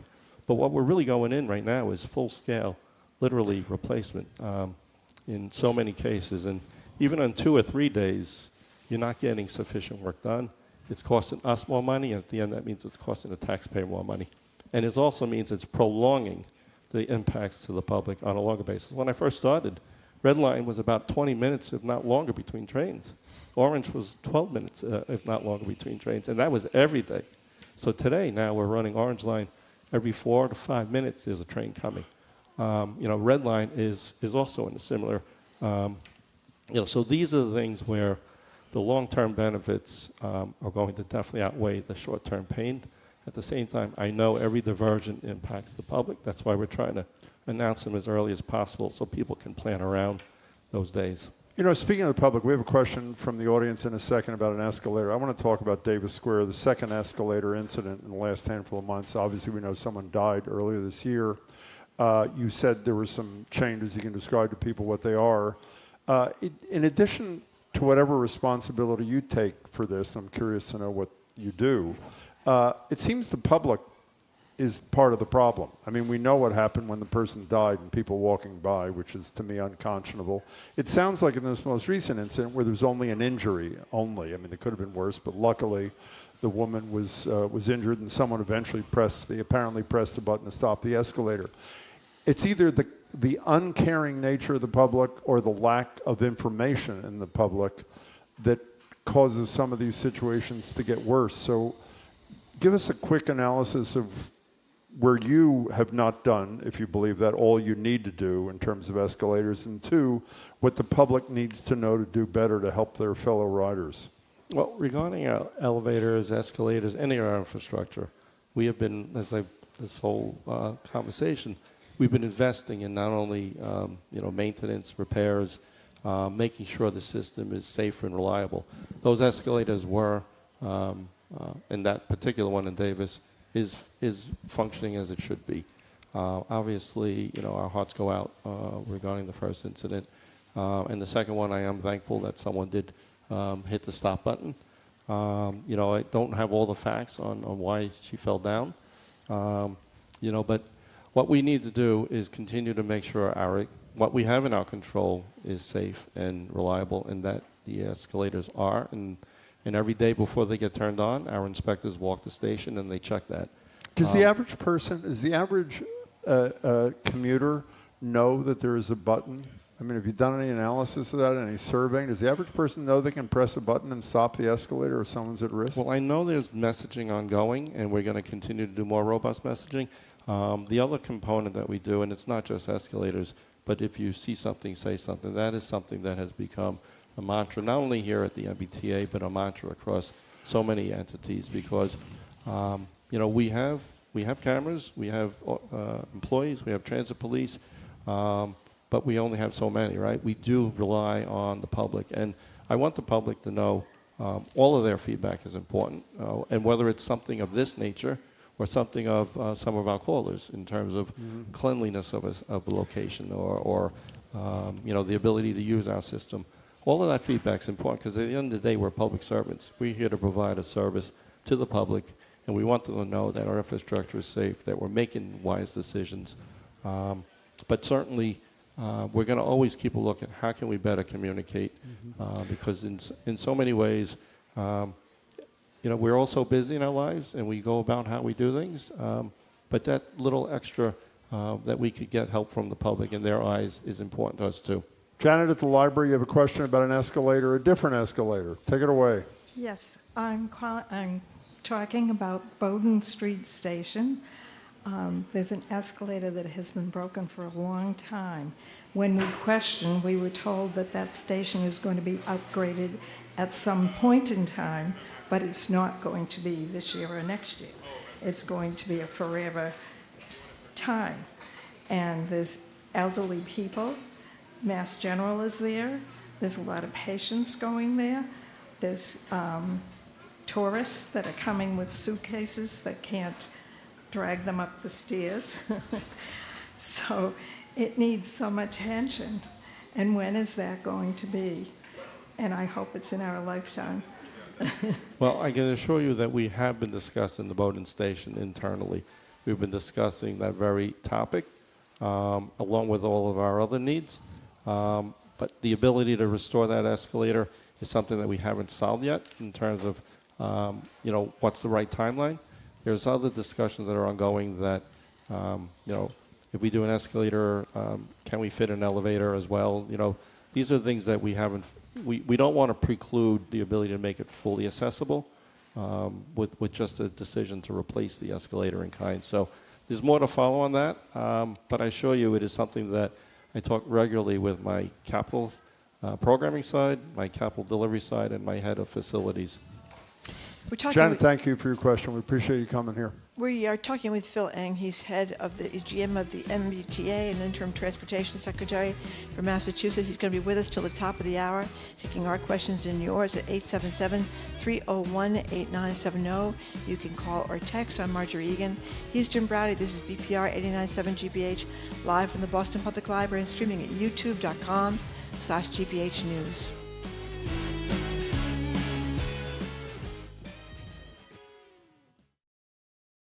Massachusetts has 26 gateway cities. Worcester, Springfield, Lowell, Brockton, Lynn. This year, we're going to get to know them all. Quincy, New Bedford, Fall River, Lawrence, Haverhill. 26 and 26. Malden, Taunton, Revere, Peabody, Chicopee. If you live in one, Methuen, Everett, Barnstable, Attleboro, Salem, Leominster. We want to hear from you. Pittsfield, Fitchburg, Westfield, Chelsea, Holyoke. Visit gbhnews.org/gateway cities. Our programs are made possible thanks to you. And Berkeley, presenting its inaugural homecoming block party outside Fenway, featuring Susan Tedeschi, Tiwa Savage, and more. September 19th from 1 to 6. Tickets at berkeley.edu/homecoming. And Brookmeadow at Cobb Center, an assisted living community offering wellness, care, and support services, including an on-site fitness specialist to help seniors stay physically active. More at brookmeadowslr.com. And Harvard Business School Baker Library, featuring an exhibit on Muriel Siebert, the first woman to buy a seat on the New York Stock Exchange, open to the public. Details at library.hbs.edu. And Compass on the Bay, an assisted living community in South Boston dedicated to those with Alzheimer's and related dementias, featuring research-based therapeutic programming. More at compassonthebay.com.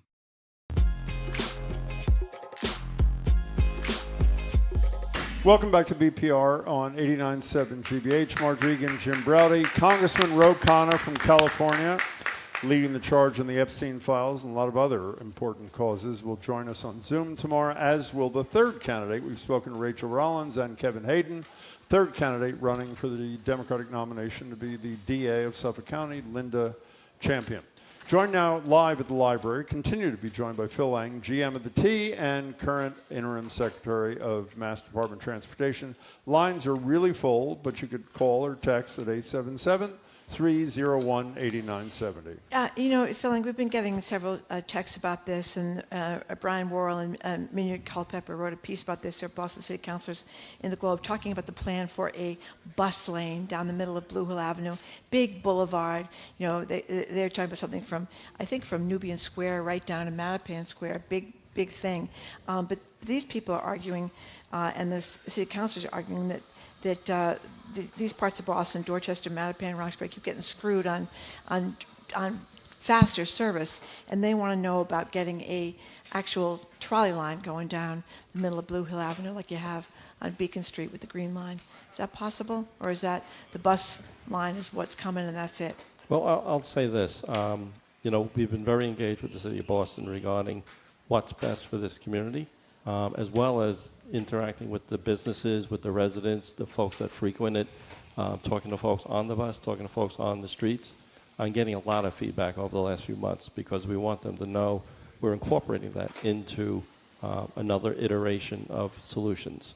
There'll be public meetings in September, and we're going to welcome more feedback from them, because At the end of the day, when we deliver a project, we want it to meet everyone's needs. Regarding a trolley, we were quite frank with the folks that have asked. A trolley actually takes a bigger footprint of Blue Hill Avenue than would a center running bus lane.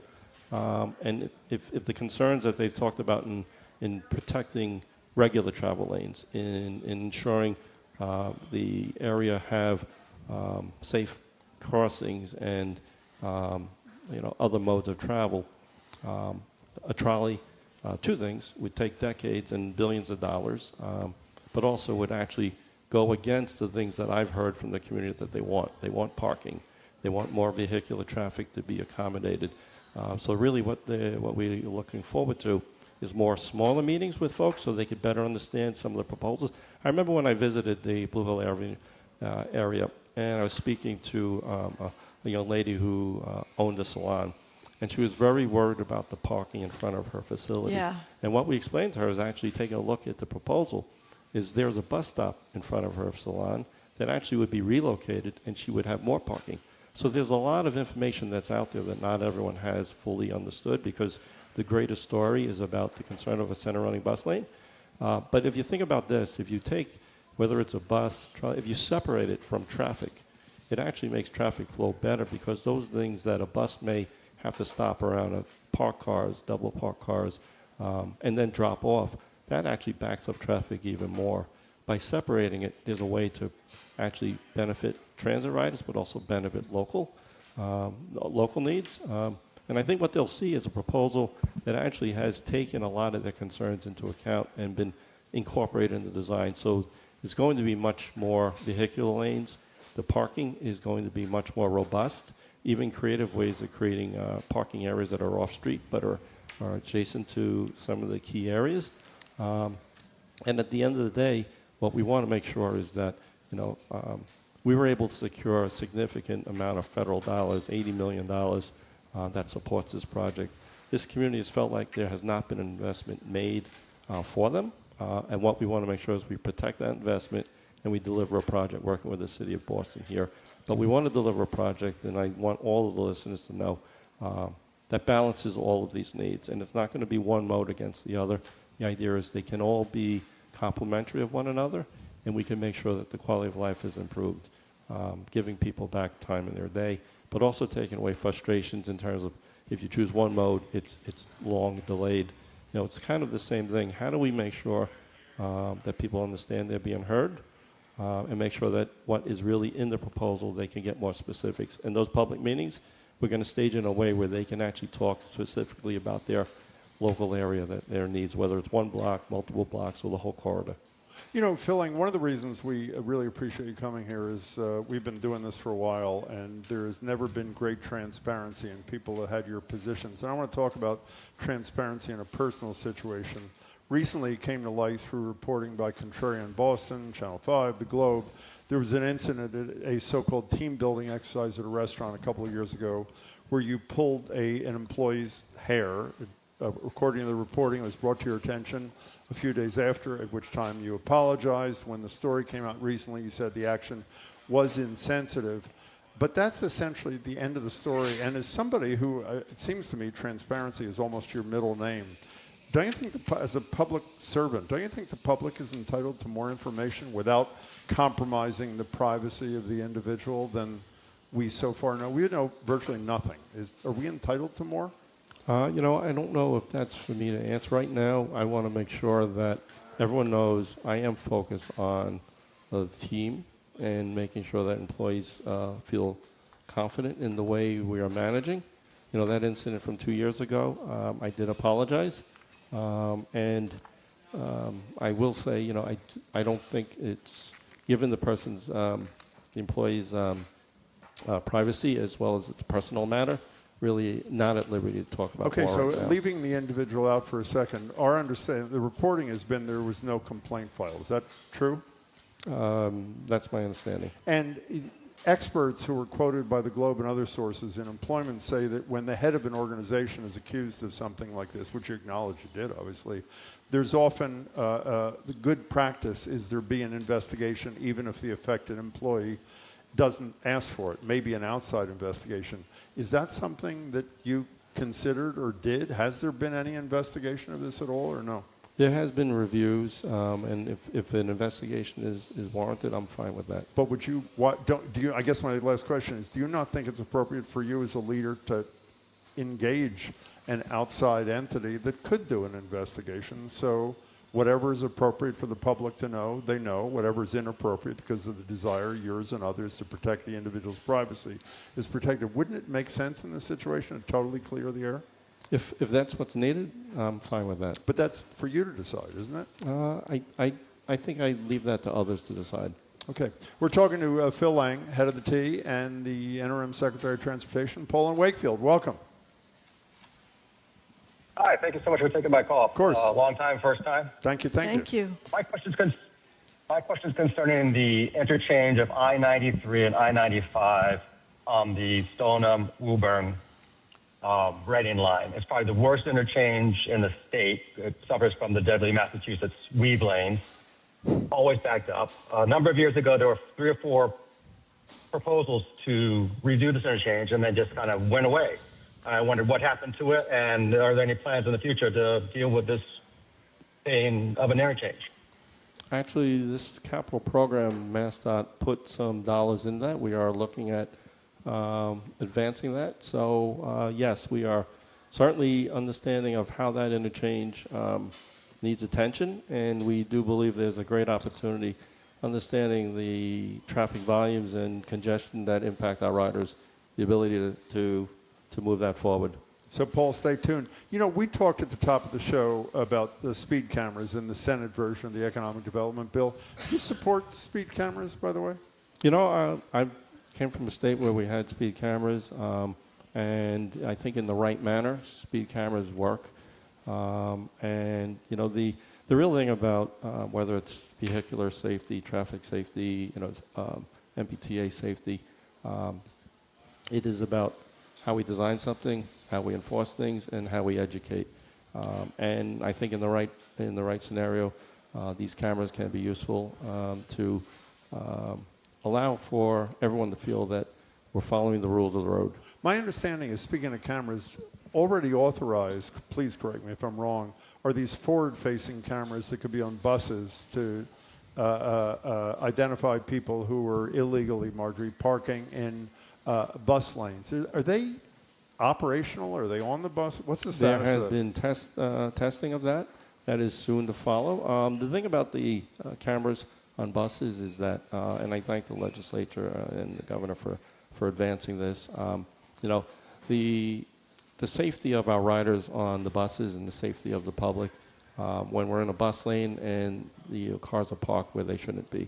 You know, it does require either the bus to block a lane and either load passengers or unload passengers in an area where they shouldn't be, or it requires them to go around something, and that creates another movement that just introduces another potential. So it really is about safety, and that's all we want is the public to understand that. When do you expect them to be operational? What's the plan? Sometime, I think, early next year. You know, before we move ahead here, there is somebody who you know who says she doesn't park in them, occasionally stops, and as soon as the bus comes, I've never parked she in a moves. bus lane. Is that, He's making this up. No, I didn't say I've park. driven in a bus lane. I haven't parked. Is that a problem, driving in a bus lane? Oh, okay. He's going to tell me, of course he's going to tell me I shouldn't be driving in a bus lane. He's the head of the T. Should she be driving in a bus lane? It depends if it's a shared bus lane or if it's a dedicated bus lane. Yeah. It's on Huntington Avenue. I have driven in the bus lane on Huntington How Avenue. I about must Huntington? admit, Okay, I let's shouldn't do ask. it. I Huntington never parked. Excuse me, Huntington Avenue. Jim, however, is parked in a fire lane if we want to get into let's who's move done on. what. Maybe I'll withdraw the question. Okay. Here's an anonymous texter. We've asked this question ourselves. You want to read it? Why doesn't the state have a toll on the bridges over to Cape Cod? It would be a minimal fee for Mass residents and more for out-of-state tourists to pay for repair and maintenance. Other states do this. We have some news. You could talk about that, the toll, but you also tell us about the news about the Cape Bridge. Is kind of exciting, at least the Sagamore. Well, my goal right now is to deliver this project. As far as that, it's a federally owned bridge right now, so I'm not even going to discuss tolls of that nature. But the real thing is that we're really proud of what the team is doing to move this project forward. The federal dollars are available, the commitment from the state. The Sagamore is fully funded.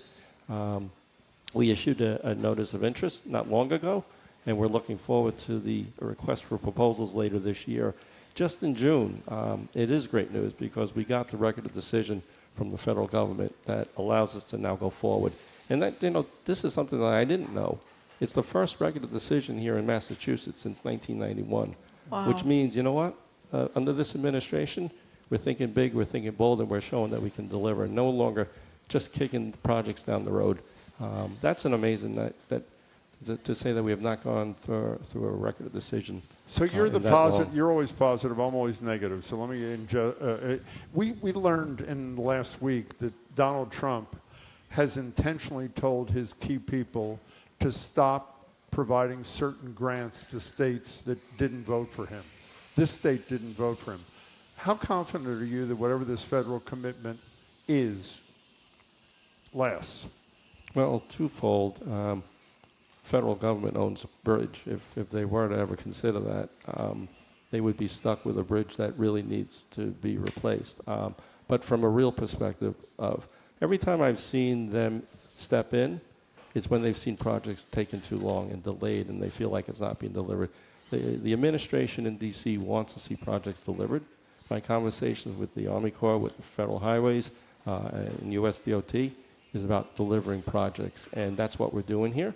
So I am confident that, we are able to do this, and that's why it's exciting that we got the record of decision from Federal Highways, and that we are really moving forward with the RFP, the record request for proposals, and then we expect to be able to award this design-build job in the latter part of 27 and really hit the ground running with design and construction.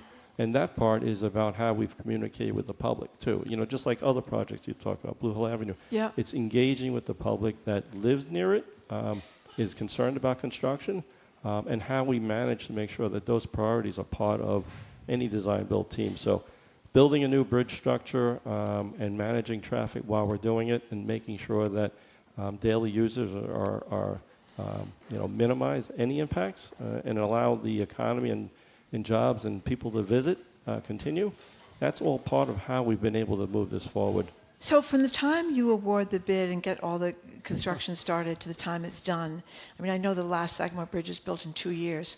It's going to take longer than 2 years, I suspect. About how long do you think it's going to take? Well, I don't want to say what we've been saying because I don't believe it should take that long. Okay. In fact, I was just talking with the team about, one of the things that we're going to require of the design-build teams, and I hope they're listening, and anyone's interested in proposing, is to really challenge themselves and reduce the timeline.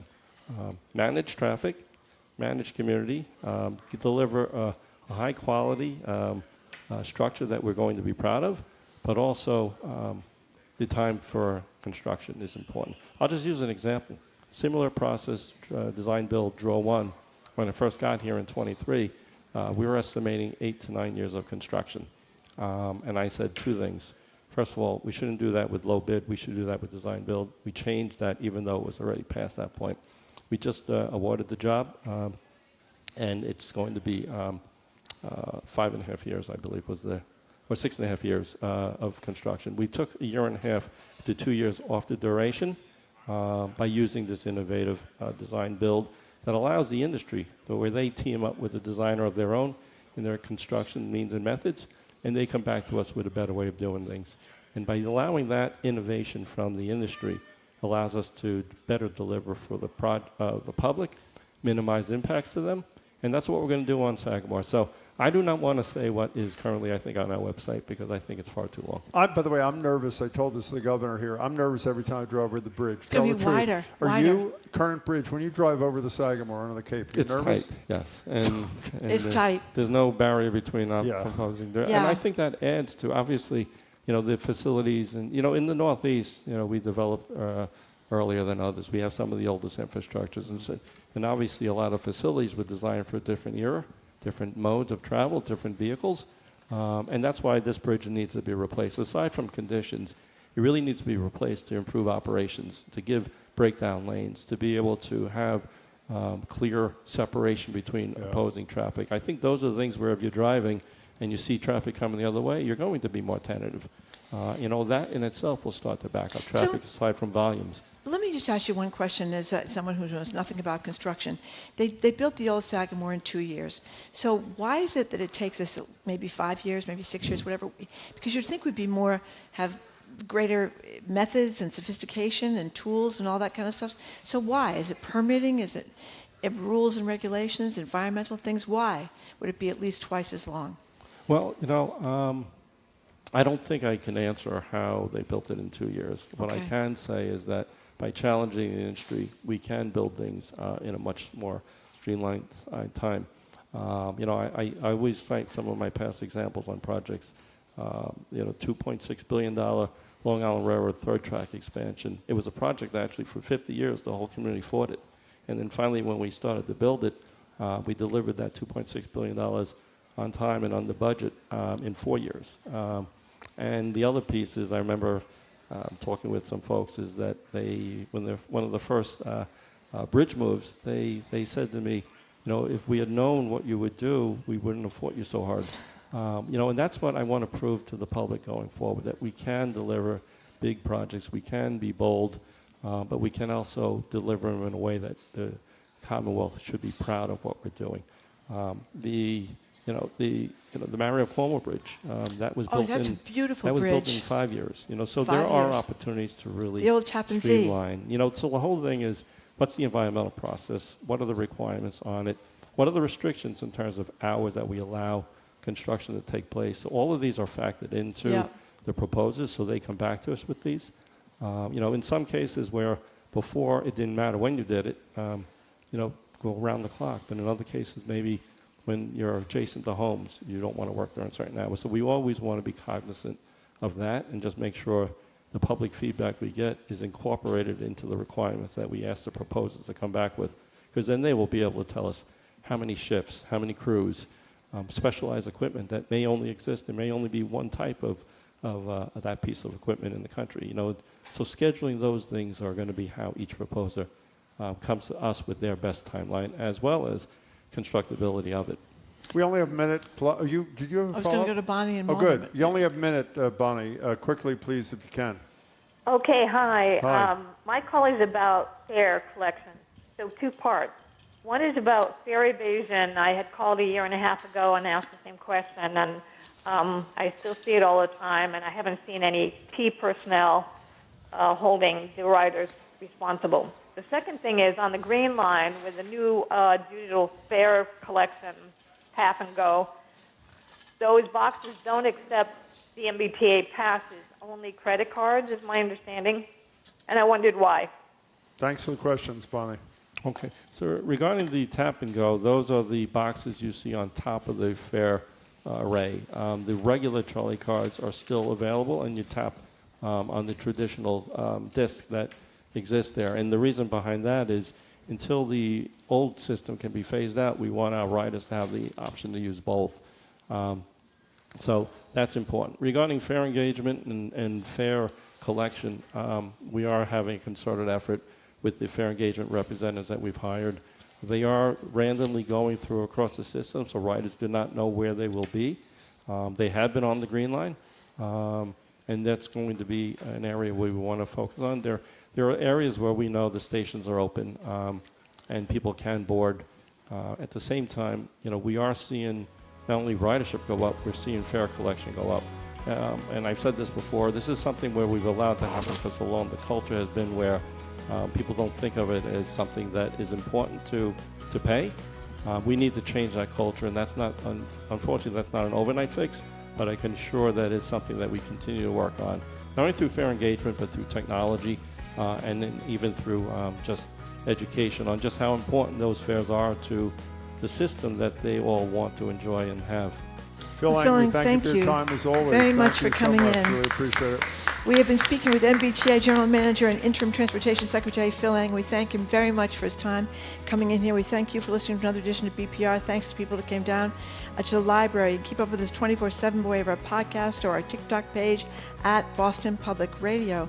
Tomorrow we're going to be speaking with California Representative Ro Khanna. He's the one that's been doing a big push along with Republican Thomas Massie to get the Epstein files open and to get some prosecutions there. Plus former Public Safety Secretary Andrew Cabral. Wall Street Journal Journal personal tech columnist Nicole Nguyen, as well as candidate for Suffolk County DA Linda Champion. Our crew: Zoe Matthews, Hannah Loss, Ariana Gonzalez, Jack Siciliano, John Claude Parker, Jane Bologna, Maddie Geyer, Bill Francis, Juan Jose Cadena. Our security team: Darius and Derek. Our host at the Newsfeed Cafe and across the street at the Lenox Hotel. The Curiosity Desk is right after us. 89.7 GBH. Edgar B. Hurd III is going to look at the importance of sunscreen, speaking with Assistant Professor of Dermatology. And then Jared comes with the Culture Show at 2, live right here from the BPL. I'm Marjorie Egan. Jim Browdy. Thanks for tuning Bye. in. Hope you have a Thank great you. day and can tune in tomorrow.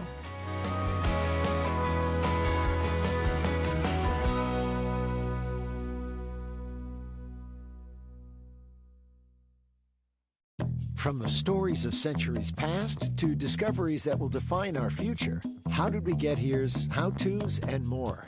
Journey with us down the rabbit hole on the Curiosity Desk. Coming up next on GBH 89.7. Support for GBH comes from you. And Commonwealth Midsummer Night's Dream. This summer's free Shakespeare on the Boston Common. Shakespeare's classic comedy is transported to a neon-lit festival escape, July 22nd through August 9th. comshakes.org. And the Massachusetts Educational Financing Authority, committed to simplifying college planning for families over 45 years with trusted guidance, interactive tools, step-by-step videos, and more. MEFA.org. You're listening to 89.7 WGBH HD1 Boston. Online at gbhnews.org. GBH News. What matters to you? I'm Edgar B. Herwick III. Today on the Curiosity Desk, there are few creatures on our planet as beautiful, as majestic, and as outright bizarre as the jellyfish. It's a magic that captured some of New England's most curious minds. Why are some small? Why are some jellyfish small? I've never thought to ask that. Then a new book out that celebrates the unsung triumphs of scientific research, basically everything that happens before the big eureka moment, including why the brightest minds of our generation are fixated on crumbling paper. Then it's everything you thought you knew about sunscreen, but realized, well, right as you were hearing me say it, that you didn't. Like, for instance, what does SPF stand for? One dermatologist demystifies the labels to keep you safe and pasty through the rest of the summer. It's all ahead this hour on the Curiosity Desk. Live from NPR News in Washington, I'm Kristen Wright. Michigan's heavily contested Democratic Senate primary has been decided. Progressive Abdul El-Sayed narrowly defeated moderate Haley Stevens. Michigan Public Radio's Russ McNamara reports the race was among the most expensive Senate primaries ever. Pro-Israel lobby AIPAC and other groups spent over $60 million on ads for Stevens and against El-Sayed. Speaking to supporters in Detroit earlier this morning, El-Sayed focused on his general election opponent, Republican former Congressman Mike Rogers, and bringing all Democrats together. We have a responsibility to assure that we unite to make sure that Mike Rogers never sees the inside of the U.S. Senate. This will be Rogers' second attempt at the office. He narrowly lost 2 years ago to Democrat Alyssa Slotkin. For NPR News, I'm Russ McNamara in Detroit. Virginia's congressional Democratic primary is among those closely watched around the country as well. Former Representative Elaine Luria defeated 3 other Democrats, including a challenge from the left. She's looking to get her seat back. She lost it after serving on the January 6th committee. Luria will face Republican Congresswoman Jen Kiggins in a rematch in November. Both are military veterans. Russia carried out another round of missile attacks in the Ukrainian capital, killing at least 17 people. NPR's Greg Myrie reports. Russia fired more than 24 ballistic and hypersonic missiles into Kyiv and its suburbs, igniting large blazes that lit up the night. At daybreak, the sky remained hazy with acrid smoke. The deadliest attack was at a train platform where 8 people were killed while waiting for a train that was running late. Ukraine says it's exhausted its stockpile of U.S.-made Patriot air defense missiles that have limited the damage from Russian attacks in recent years. President Volodymyr Zelensky is pleading with the U.S. and other nations to resupply Ukraine. Greg Myrie, NPR News, Kyiv.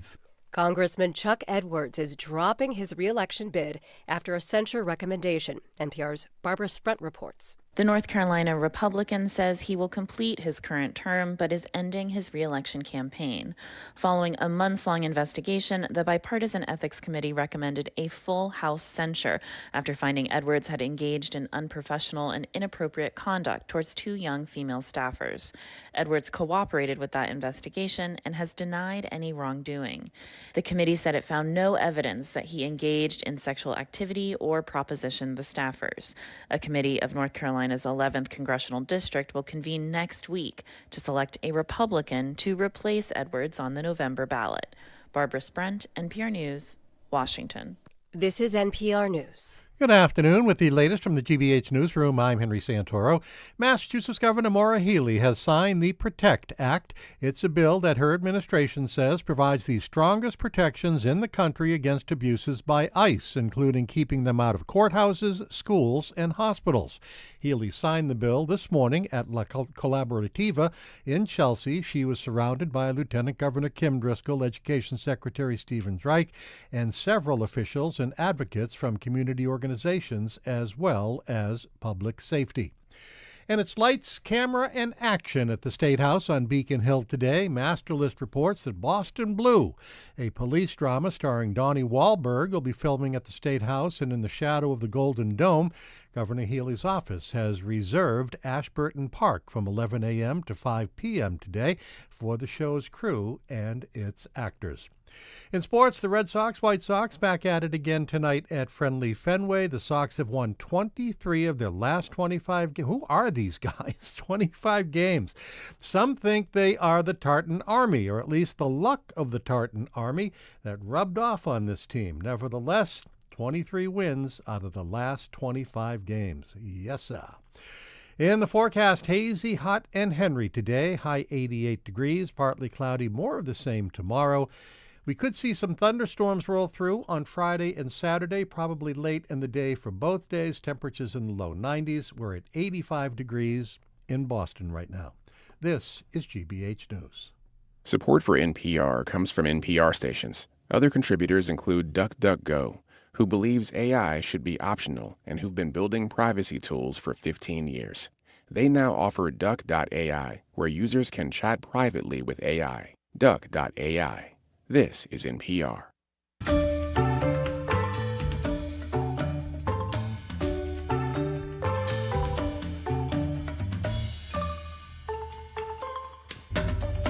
Welcome to the Curiosity Desk on GBH 89.7. I'm Edgar B. Herwick III. We're streaming live at youtube.com/GBH News. Where we once feared, and I suppose still fear, the dorsal fin of a great white off the coast of Massachusetts, lately it's been sightings of a different kind of creature that have beachgoers on edge. Something mysterious, something alien, something squishy. Not lions, not sea lions, but the lion's mane jellyfish. Here are some headlines from the news reports. Quote, an unusually large amount, and, quote, the biggest since 2020. Concern over this uptick inspired our next guest to go on a quest to find out why we are seeing so many lion's mane jellies this season in particular. And on that quest, he encountered some of mankind's most curious minds. A bunch of children at the New England Aquarium. Joining us right now in Studio 3 to tell us about this quest is GBH News reporter and friend of the show, the one and only Craig LeMoult. Hello, Craig. Hello, Edgar. Glad to be here. So, Craig, the starting point for this was the fact that there seemed to be people, it felt this way, that people were kind of freaking out over the lion's mane jellyfish. So this sort of led you down the rabbit hole, or whatever the equivalent for jellyfish is of a rabbit hole, the jelly The jellyfish the hole. the jelly hole. We went to Crane Beach ourselves, not this past weekend, the weekend before, and there was just this huge red jellyfish that was there, and everybody is on the beach, and they're like, wow, look at this thing. And the same day, like, my childhood best friend sent me an article, like, look at this article from, it was from some legitimate publication saying, like, the biggest jellyfish ever being spotted in Massachusetts. And I was like, oh man, is there really something happening here with jellyfish off the Massachusetts coast?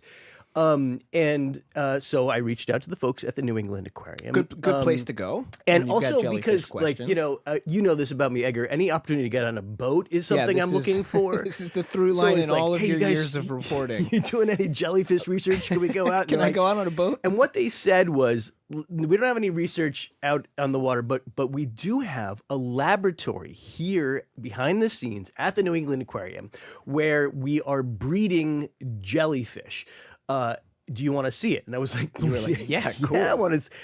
How do you breed jellyfish? I don't know anything about that, right? I was like, absolutely. Let's go check it out. So I met this guy there. His name is Chris Dollar, and he oversees sort of the changing exhibits at the New England Aquarium. He's also part of the team that breeds the jellyfish in what they call the Jellyfish Culture Laboratory, or they just call it the Jelly Lab. It's a great name, and, the Jelly Lab. So first, I want to just start off by what his answer is about what's happening this year. And the answer really is like nothing all that special. Like this is, so here's what he had to say. For this part of the world at this time of year, some years there's not as many and they don't get as large. And then we have some summers where there just seems to be a lot of them. And it seems to coincide when people are headed to the beach and they may be washed up on the beach. But yeah, they're native to this part of the world. So yeah, I mean, they just like. So he seemed less excited. I mean, he loves jellyfish and had a lot to tell me about them. But what's happening this year is like lion's mane jellyfish are not new. Like that's the species that lives here. And like some years there seem to be more of them. Some years they're pretty big. And like yes, a lot of really big lion mane jellyfish have been spotted this year. I've seen some myself. I was up in Maine and saw some huge ones. But we got a YouTube comment right here. Swam with them at Nahant weeks ago. They were all over the beach, then went to Nantasket, and then there were none there. So we see mixed results. So they're out there. They're out there. You're not wrong if you think there's a lot of lion's mane jellyfish out there. There absolutely are. But they are native to this part of the world. They're not new. These are the red jellyfish that you're used to seeing. And so they are pretty big. But what happened when I got there is before I went in, I hung out in the exhibit in the actual aquarium space, like the public space. And the jellyfish exhibit is kind of small and subtle. It's very easy to miss it. Well, there's so many big, amazing creatures at the aquarium. Well, it's next to that giant tank, Yeah, right? totally. There's just a few little spaces where there's jellyfish, but they're so beautiful. If you just watch them, they've got them lit really cool. So I was there, and there were families there, and these kids were coming up, and they were just staring at the jellyfish. And I got talking to just some of them. And to start off, here is 6-year-old Margot Pepin, who was there with her mom.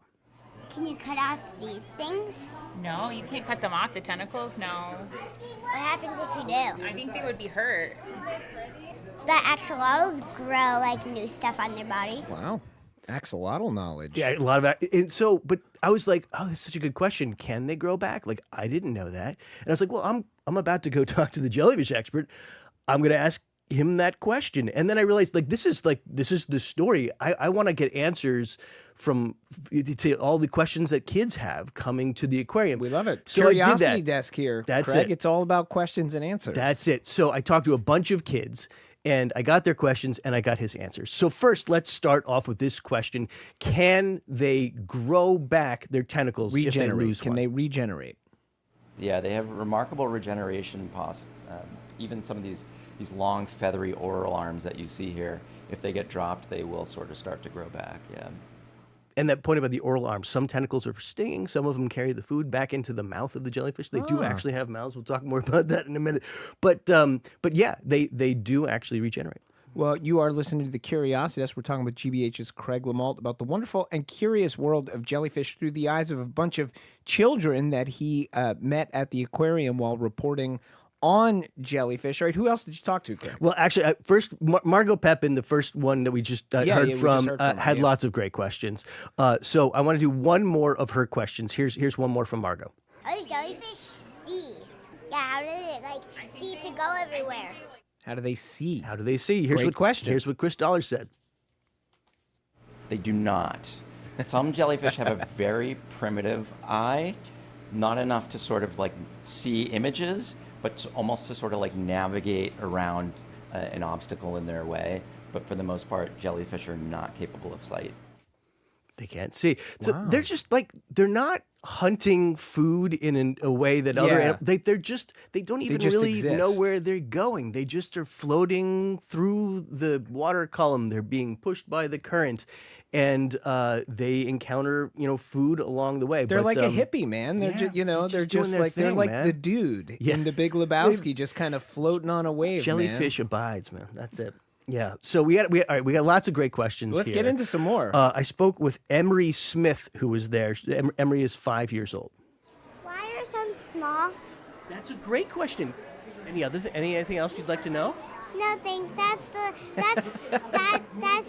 There's just one question that I just wanted to ask.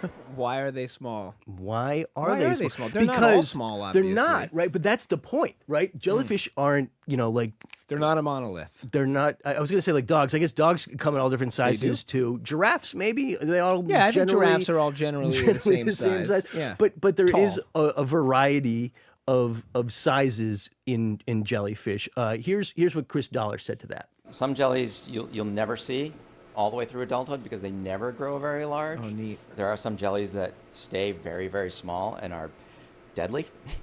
So don't let the size of a jelly fool you into thinking it's not dangerous. But yeah, some jellies just have evolved to sort of keep growing. It's usually the jellies that are northern of the equator up into the Arctics tend to get larger. Their metabolism is much slower. They live where the plankton is plentiful, and they just sort of do nothing but eat and grow and eat and grow. Cool. Isn't that so interesting? Yeah. So they live longer and they just keep growing and they get bigger. And so the ones that are here that are pretty large, have just been eating and eating and eating. But he said, in some of the warmer climates where jellyfish live, they are pretty small because they have a faster metabolism and they just don't grow as much. I thought it was pretty interesting. I didn't know anything about that. It wouldn't have even thought to occur to me to ask that question, which is why we talk to kids. That's it. Canessa Bradway was 5 years old, and I spoke with her as well. Is there anything that you don't know about jellyfish that you'd like to know? I know nothing. What would you most like to know and understand? How they are made. Oh, how they are made. Again, very basic, but very good and interesting question. Where do jellyfish come from? Yeah, where do they come from? Have you ever even thought about how do jellyfish breed or be? And I was going to a lab that's breeding jellyfish, and I was like, yeah. So presumably there is some process by which they breed.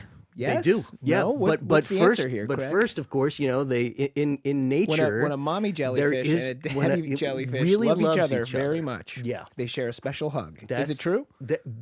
In a way, in a manner of speaking, yes. So there are male jellyfish and there are female jellyfish. Here's what Chris Dollar had to say about that. The males have sperm, females have eggs. They spawn in the water when the conditions are right. That forms a little larval egg that will swim around and plant itself on the seafloor. From that point, it becomes a polyp, and that polyp is sort of sedentary, will sort of stay in its own spot. The polyps can reproduce asexually, so they can sort of clone themselves. Oh, wow. So what started as one fertilized egg plants itself on a rock, may colonize a whole rock of these polyps. Each polyp itself can actually metamorphose and bud off these little swimming jellyfish. Wild. So it's like a hybrid process. There's both sexual and asexual reproduction happening. These little polyps, they're really tiny, and he had a bunch of them there to show. There were these little tiny things in each. How tiny? When you say little tiny things, what? Smaller than a pea. I mean, they're these they're little. But you dots. can see them with the naked eye. Yeah, he had in a jar essentially a petri dish that was just coated in them. He said in each one of these polyps, there were just hundreds potentially of jellyfish, and that they would, eventually become jellyfish. Also, do you know the word for like the sort of the adult form of a jellyfish, or not even adult, but when they come into jellyfish shape? It's a medusa. A medusa. Isn't that cool? Yeah, it's a medusa. That's fantastic. I got to wondering about, well, how do you do it in a lab, right? You don't. It's a little different. And he showed me these polyps in a jar, and he described the process. Here's what he said. So we sort of fool them into thinking it's winter, it's summer, and we can essentially turn them on and off at will. And we've gotten kind of a good system going so that when we need more jellyfish, for some species, we just warm them up, and then we'll start producing these little medusa, and then from there, it's sort of like growing them like plants.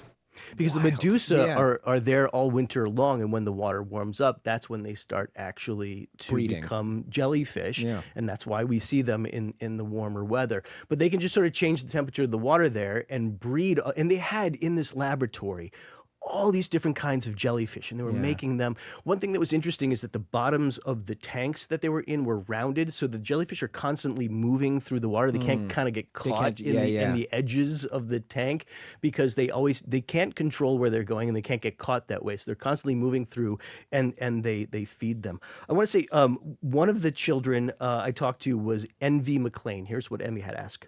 I like them, and they sting. Do you want to know why they sting? Yeah. I want to know why they sting. Why did they sting? Why? Well, here's probably for protection, right? Actually, no. Here's Chris Dollar. The stinging mechanism of the jelly is actually how they catch their food. So they're not trying to sting humans, for example. All the stinging cells that are on those tentacles, that's how they incapacitate their prey and ingest them that way. Then I got to wondering, myself, how do they sting? So my idea of it was there's some kind of a chemical that you're just touching the skin and the chemical rubs off on you. Right, like it's just it's present on the tentacle. This was your theory going in. He said no. Here's what he said. If you looked real microscopically at a tentacle, it's sort of lined with these little balloons. Inside the little balloon is a harpoon. And it's coiled up inside these little balloons, and when it comes into contact with something that it can sting, the harpoon fires out of the tentacle, fires out of the balloon, and has some toxin in it, and it will just sort of inject a little bit of toxin through each little stinging cell. That's amazing. That is way more complicated than I thought it was going to be. I love it. That is awesome. So what's your big takeaway from the Jelly Lab? Well, Craig? I mean, first of all, it's really cool to go and look at all these jellyfish. It's very nice to see jellyfish, behind glass. You're not worried about being stung by them. But the thing is that, these things have a bad reputation, right? People don't generally they're like, jellyfish. I think that's probably they're right. They're seen as a nuisance. They're seen as a hazard, right? But, I put that question to Chris. Here's basically his take. Jellyfish are not trying to sting us. They've adapted. They actually predate the dinosaurs. The first jellyfish fossil predates the dinosaurs. So I think that's something to be appreciated. But I can understand why this animal that has no brain and has no way of avoiding you when you're at the beach develops that sort of reputation. But I think they're pretty cool. I have to say I agree with him.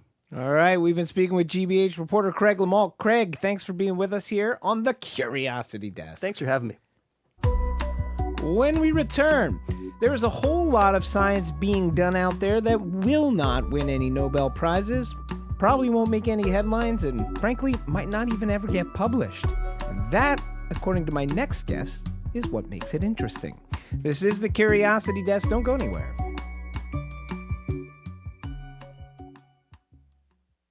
I'm Jared Bowen. Today on The Culture Show, finance was once the territory of old, stodgy white men. Then came the Yuppies, bankers, lawyers, and strivers who made Wall Street glamorous, work all-consuming, and ambition a lifestyle. Historian Dylan Gottlieb looks past the power suits and power lunches to show how they transformed cities and widened the class gulf to create a culture of overwork that shapes our lives today. That and more on The Culture Show today at 2 on GBH 89.7. Support for our programs comes from you. And the Cambridge Homes, a nonprofit independent and assisted living residence with a tradition of service, working with Cambridge area seniors for more than 130 years. Learn more at thecambridgehomes.org/tradition. And Boston Ski and Tennis, offering indoor skiing and snowboarding this summer with Boston Metro's only immersive simulator experience. Available in the Newton location. Learn more online at bostonskiandtennis.com.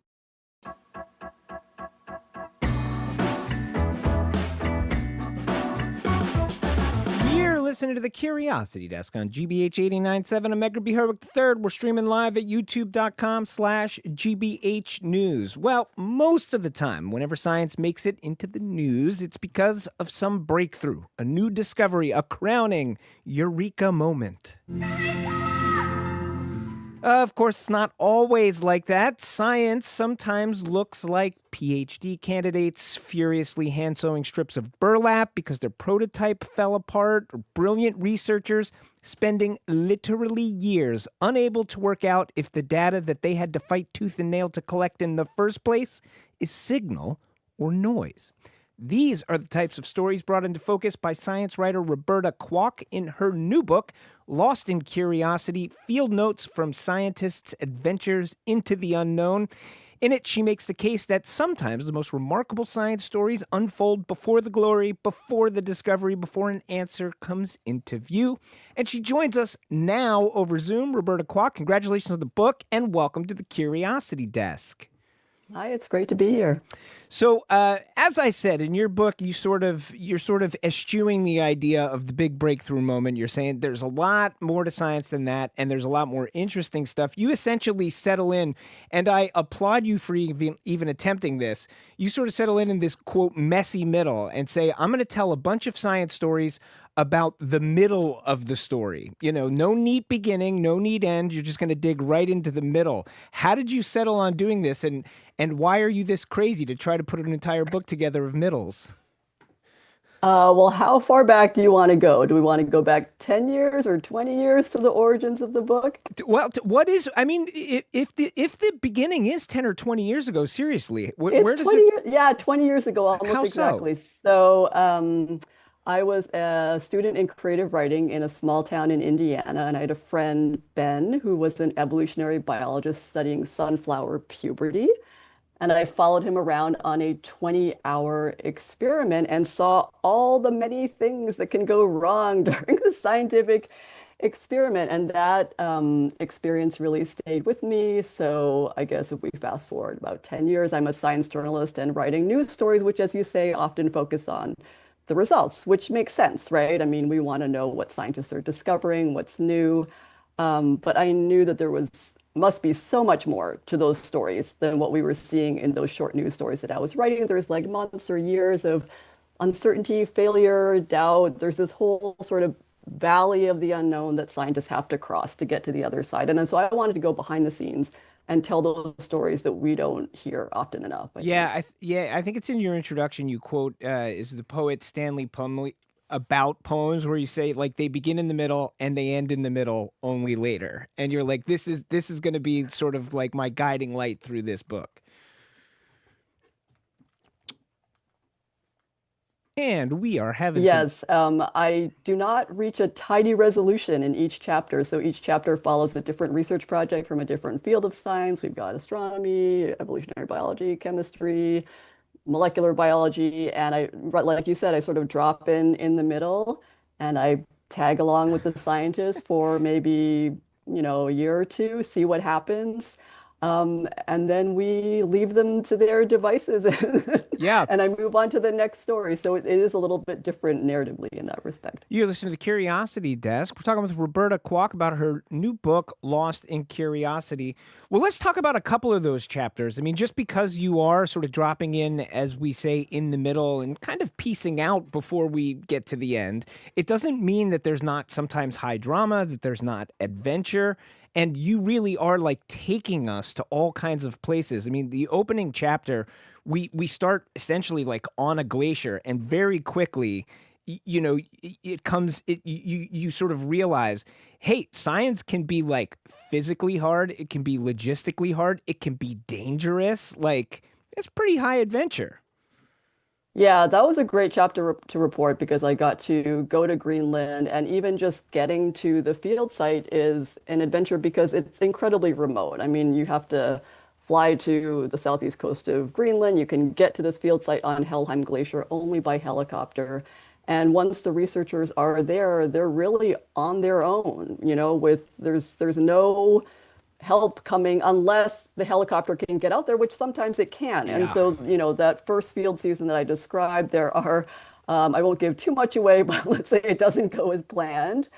And when I tagged along the following field season, again, there were just, there's things that come up in the course of a field season that they're not expecting, that they kind of have to deal with on the fly, whether it's instruments that are buried beneath many feet of snow that need to be dug out, to getting sick in the field. And they really just have to power through and figure out a solution because it has taken so much just to get there. And because the questions they're trying to answer are so important too. Yeah. In another chapter, you sort of focus in on these scientists who are searching for exomoons, right? Moons around exoplanets. We do a fair number of space science segments here on our show. And one of the people who we go back to is an exoplanet specialist. But this person, exoplanets are hard enough to find, right? These scientists are like, but no, but now we want to see if we can find moons around these exoplanets.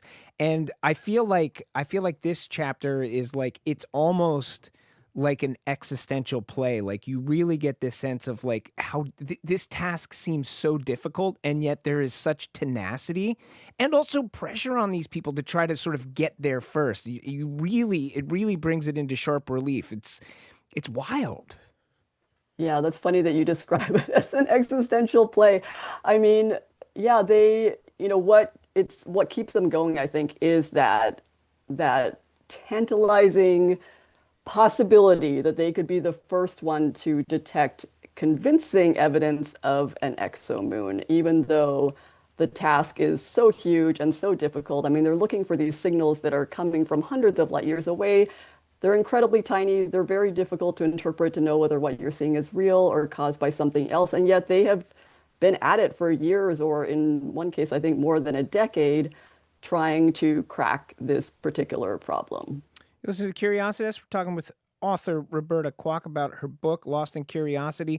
That notion of pressure, I think, comes across in a number of these chapters. I mean, what did you learn, or what can you describe about, sort of the pressure that some of these scientists are under? I mean, and it's coming from lots of different places, right? Some of it is like that pressure to succeed or be the first to get there. Sometimes it's pressure to be able to fund their projects. Sometimes it's just the pressure of like hanging in there, when the stakes are really high and you feel kind of lost in space, so to speak. I mean, what did you learn about the way scientists are dealing with this kind of stuff? Yeah, I mean, I think the Greenland Glacier chapter is a good example of it, just because it costs so much money just to get there. So there certainly is pressure to, once you get there, to actually do the science and get the data that you need. And that's why we start to see some moments of high emotion in those scenes, because when they realize, oh my gosh, I don't know if we're going to be able to do what we came out here and spend not just money, but months planning every single detail that could go wrong. To get there and fail really doesn't feel like an option. So they're certainly dealing with that kind of pressure. But I mean, sometimes it's not really external. Like with the evolutionary biology chapter, we're following Joanna, who's a biologist who's kind of obsessed with this obscure frog species in the rainforest in Borneo.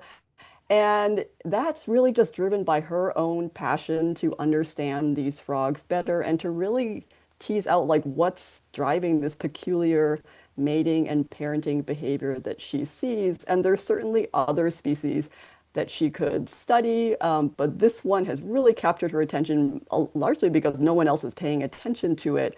And that pressure feels a little more self-imposed, that she just feels this burning need, this desire to get back to the rainforest and understand what's happening. But also like with a sort of astounding tenacity, right? Like in the chapter, you kind of get into it. Like, first of all, they're like next to impossible to find.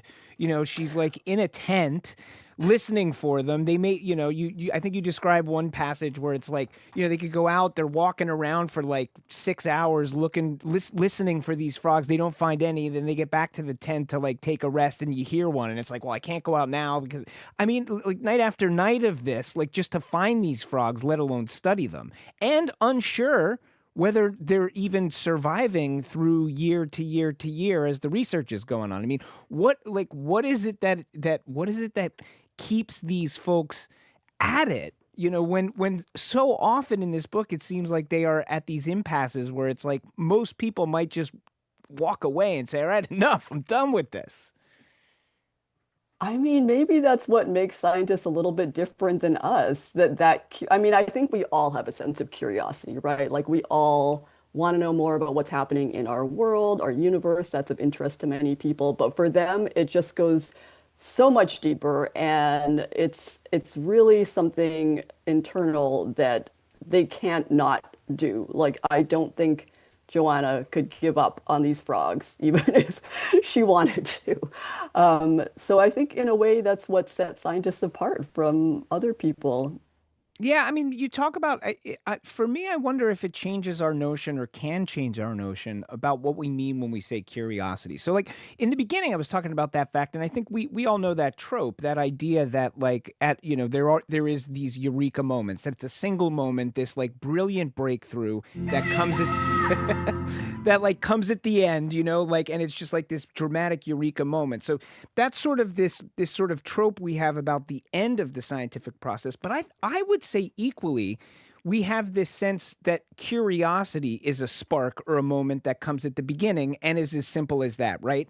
I was walking around and it hit me. I wonder why this thing. But what we see in these chapters with these scientists, especially as you point out, like sort of in this difficult middle, is that curiosity needs to be fostered. It changes over time as the answers either reveal themselves or don't. It's not just one moment of curiosity. You have to like work at the curiosity, and I find that fascinating. Yeah, I think you have to be open to new questions and new interpretations coming up, right? Like you may have started out with one idea, one hypothesis, and I think we see that in the exomoon chapter where they're so excited because they think they've finally found a signal of the first exomoon or the first convincing one. And then things start to take some turns and things are, they're starting to think, oh, are these red herrings? But they really have to remain open and curious, as you said, in a new way to try to explain, well, what is going on here? Is there some other explanation that we could pursue? And I think they sort of relished that challenge. At least it seemed like that to me. It was a source of, satisfaction. And I think that's probably part of the joy of science is untangling these puzzles that always turn out to be harder and more complicated than you think they're going to be. Yeah, absolutely. You're listening to Curiosity Desk. We're talking with author Roberta Kwok about her newest book, Lost in Curiosity. Another theme I feel like comes across in this book, not in every chapter, but there are pieces of it, I think, in every chapter is, right now there are obviously like huge challenges. Like one that comes to mind is something like climate change, for which, or something like cancer, for which like we turn to science for answers to help us solve. And, you are writing about these scientists, these researchers who are faced with these huge existential things. But like, despite the fact that they may have been working on something for like 3 years or even 10 years, it starts to become clear to them that even if what they're working on works out, it's only going to solve the like tiniest little piece of the puzzle, that even if they get to the end of their research, it's not going to be the huge solution that cures cancer or ends climate change. It may just move the needle the tiniest bit. And it seems like that's a theme in this for a reason. Maybe I'm reading into it too much, Roberta, but that strikes me as one of the missions for you in this book. No, I think you're absolutely right. And maybe that's something that became clear only after reporting and writing the entire book. But the way that I describe it in the book is science is an act of humility because you're going to play only a tiny part in this huge collective enterprise that is being done by scientists around the world and throughout history. And it's also an act of hope that when you add up all those efforts of these individual people on the ground, in the field, in the lab, and you put them all together, that together they're going to make a meaningful difference. And so I think that's absolutely one of the themes of the book. You know, you obviously spend a lot of time with these brilliant minds. You go to places all over the country in the reporting and writing of this book. What changed about you? What did you learn about yourself through the process of doing this? I mean, you pointed out, you know, the seed of this goes back 20 years. I mean, how, when you finally are executing on this idea that struck you 20 years ago or begin to be fostered 20 years ago, how much in the actual doing of this, your little science experiment, so to speak, how did it change you?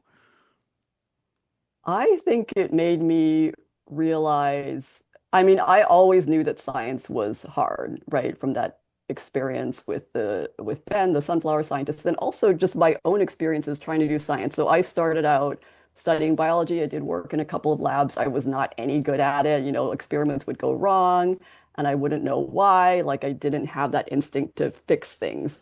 And so I always knew science was hard, but I think the book showed me that it was even harder than I thought it was. I mean, that sunflower experiment with my friend, you know, I was exhausted because we were standing in the lab at 3 a.m., you know, having collected leaf samples for 20 hours. And at that moment, Ben decided that all the samples we had just collected were probably useless and he was going to have to redo the entire experiment. But that was, I mean, that was absolutely nothing compared to what the glaciologists in Greenland went through. They, at 3 a.m., they were on the glacier, snow falling constantly, covering their tents, getting up to shovel the snow off their tents and like wearing freezing cold, wet pants and gloves because, you know, it goes beyond what I could have imagined and more than I thought they were enduring to get these scientific results for us, like really for society. Yeah, and you know, the other thing is like the human aspect of this, I think, really comes into focus too. I mean, a lot of times I think we present science as somewhat cold or somewhat, you know, something that is like divorced from human emotion or divorced from, you know, just the more human aspects of the people doing it. However, in this book, the people, the personalities, the humanness of the scientists doing the science really is a very critical piece of this book. I mean, that was absolutely, as you said, critical to the book because I think to follow a science story, especially when we're following the trials and tribulations of these studies for months or years, you have to care about the science. And what makes you care about it is meeting and learning about and getting to know the humans who are actually doing it. And I think that's what we look for in all stories, not just science stories, right? Like we want characters that we care about. We want characters we're going to root for through all the obstacles they have to overcome. And so I knew that the humans, the people, had to be the emotional heart of the stories. The scientists, they may not be like us, but they are like us too. They are like us too. Yeah, I think about, you know, in Us Weekly, they have those celebrities, they're just like us things where they're like, you know, buying groceries or playing pickleball or whatever. I think the book is partly showing that scientists, of course, they're special in the sense that I think they are unusually persistent and fiercely curious, but I think they're also just like us. And I want the book to show that too. All right. We've been speaking with science journalist and author Roberta Kwok. Her new book, Lost in Curiosity, Field Notes from Scientists' Adventures into the Unknown. Roberta, congrats on the book and thanks for being with us. Thank you so much. It was a pleasure. When we return, for those of you anxious about the fact that it is already August, fear not, there is still plenty of time to get that full-body, blistering, peeling, life-changing sunburn. Or rather, still time to avoid one. Slather up and stick around. This is the Curiosity Desk.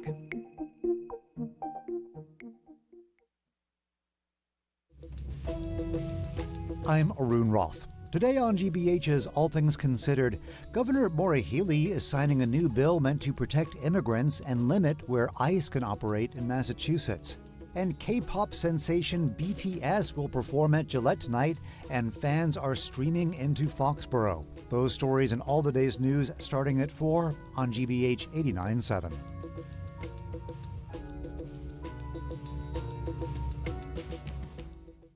Support for GBH comes from you. And MIT Sloan Executive Education. Their non-degree executive courses are led by MIT Sloan faculty and are designed to provide a targeted and flexible means to future-proof your business and career. Executive.mit.edu. And Newbury Court, serving Concord, Massachusetts for 30 years as a not-for-profit continuing care retirement community dedicated to older adults.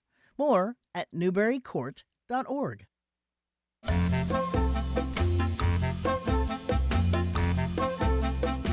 You're listening to the Curiosity Desk on GBH 89.7. I'm Edgar B. Herwick III. We're streaming live at youtube.com/GBH News. Well, we spent the first part of our show talking about jellyfish, and now we're going to end with a different kind of sting you can leave the beach with. I wish we were doing this segment a little sooner than August, given the fact that I spent most of my few beach days trying to color match a lobster. No tan maxing here. Better late than never, though. So we are now going to demystify a bit what the labels on our sunscreen bottles really mean. Now, I'm sure you think you might have it covered, but do you really know the difference between sunblock and sunscreen? Do you really know what broad spectrum means? Do you really know what number SPF you should be using, or what SPF even means? Well, here to help us answer those questions and more, we are joined by Assistant Professor of Dermatology at Boston University, Michael Kwok. Michael, thank you so much for being with us today. Welcome to the Curiosity Desk. Thank you. Glad to be here. All right, let's start with, is there a difference between sunblock and sunscreen? Yeah, it's a good question. Actually, in the past, they've been used almost synonymously, but nowadays, sunscreens are really using the sunscreen term only. Sunblock is more of an older term. That was something that was actually changed over time by the FDA because people were under the impression that if they got sunblock, it would block 100% the sun. of the sun. Yeah, and they just would be like, completely I'm just gonna safe put forever. some sunblock on, and I will never get sunburn or even tan. Exactly. But that's not the case. Exactly. So nowadays, it's just primarily sunscreens that we talk about. Okay, and was there ever a difference between the two, or was it just two terms that were used interchangeably? They were somewhat interchangeable at the time. I think some of it was based on the type of sunscreen ingredient that was going into them, which we will talk more about. But there's like some slight differences in the type of sunscreen ingredient and whether it like reflects the sun or whether it absorbs the sun. So that may have been why there was a little bit of a distinction in the past, but now not as much. Okay. All right, it's a good starting point. Well, let's get into that other one I mentioned, SPF. So first of all, SPF, what does it mean? Yes. So SPF stands for sun protection factor. And what does that mean? Yes. So the way I think about it is it's almost like a multiplier. So for example, if you would burn normally in like 5 minutes, let's say, then if you have an SPF at 30, then you're multiplying the amount of time it takes for you to sunburn by 30 times. So instead of 5 minutes getting a sunburn, you would now burn in 150 minutes. I see. So it's going to increase the protection that you have, but that is relative to how quickly you might typically burn. Correct. It's based on the individual, and everyone's a little bit different. Yeah. So like, for example, I go out in the sun, I burn in 30 seconds. Yeah. Like that. That's all, I mean, I'm sort of joking, but I'm not really joking. Yes. So it's going to be different for the individual. And you may ask, like, how do I know what is going to be my sunburn time? Well, that of course was going to be my next question. Like, how should I work out what SPF I should be using, or how does anybody do that? What's the sort of good? Is there a good rule of thumb? Yes. So the minimum that we recommend as dermatologists is an SPF of 30 because that's what's been shown. Minimum. Mm-hmm. Okay. Because that's what's been shown in studies to reduce your risk for skin cancer. Now you can go higher than that. And there's a little bit of like interesting dialogue around what going higher means and how much more protection it provides you. But at least a 30 is what we recommend. Okay. And is there a limit to how high I could go? Like, which is to say, like, or is there a spot with which the number is just sort of making crazy stuff up and I should just, still be putting it on every once in a while or something like that, Yeah, no, it's a good question. So as you go up, you will get a little bit more sun protection with higher SPFs. That being said, by the time you reach the protective value of like a higher SPF, usually by that point, your sunscreen will have rubbed off and you'll need to be reapplying anyway. Got it. Mm-hmm. So even though like you So could if I have like a SPF, if it was like SPF 400, it's like cool, but really multiply 400 times 5 minutes, like you're never gonna get there. The cream's gonna wear off by Yes. the time I even get to the potential protective factor, timing wise. correct. So at the higher one, exactly. Like you'll probably be reapplying the sunscreen before you get to that 400 factor. What is sunscreen actually doing? hmm So what it's actually doing is essentially preventing the rays of sun that are dangerous from getting to your skin and causing skin damage. Okay. So there's kind of two different ways it can do that. One is a physical blocker, so think metals like zinc and titanium. Okay. The other is a chemical, what we call UV filter or sun blocker, which there's a lot of different ones on the market today.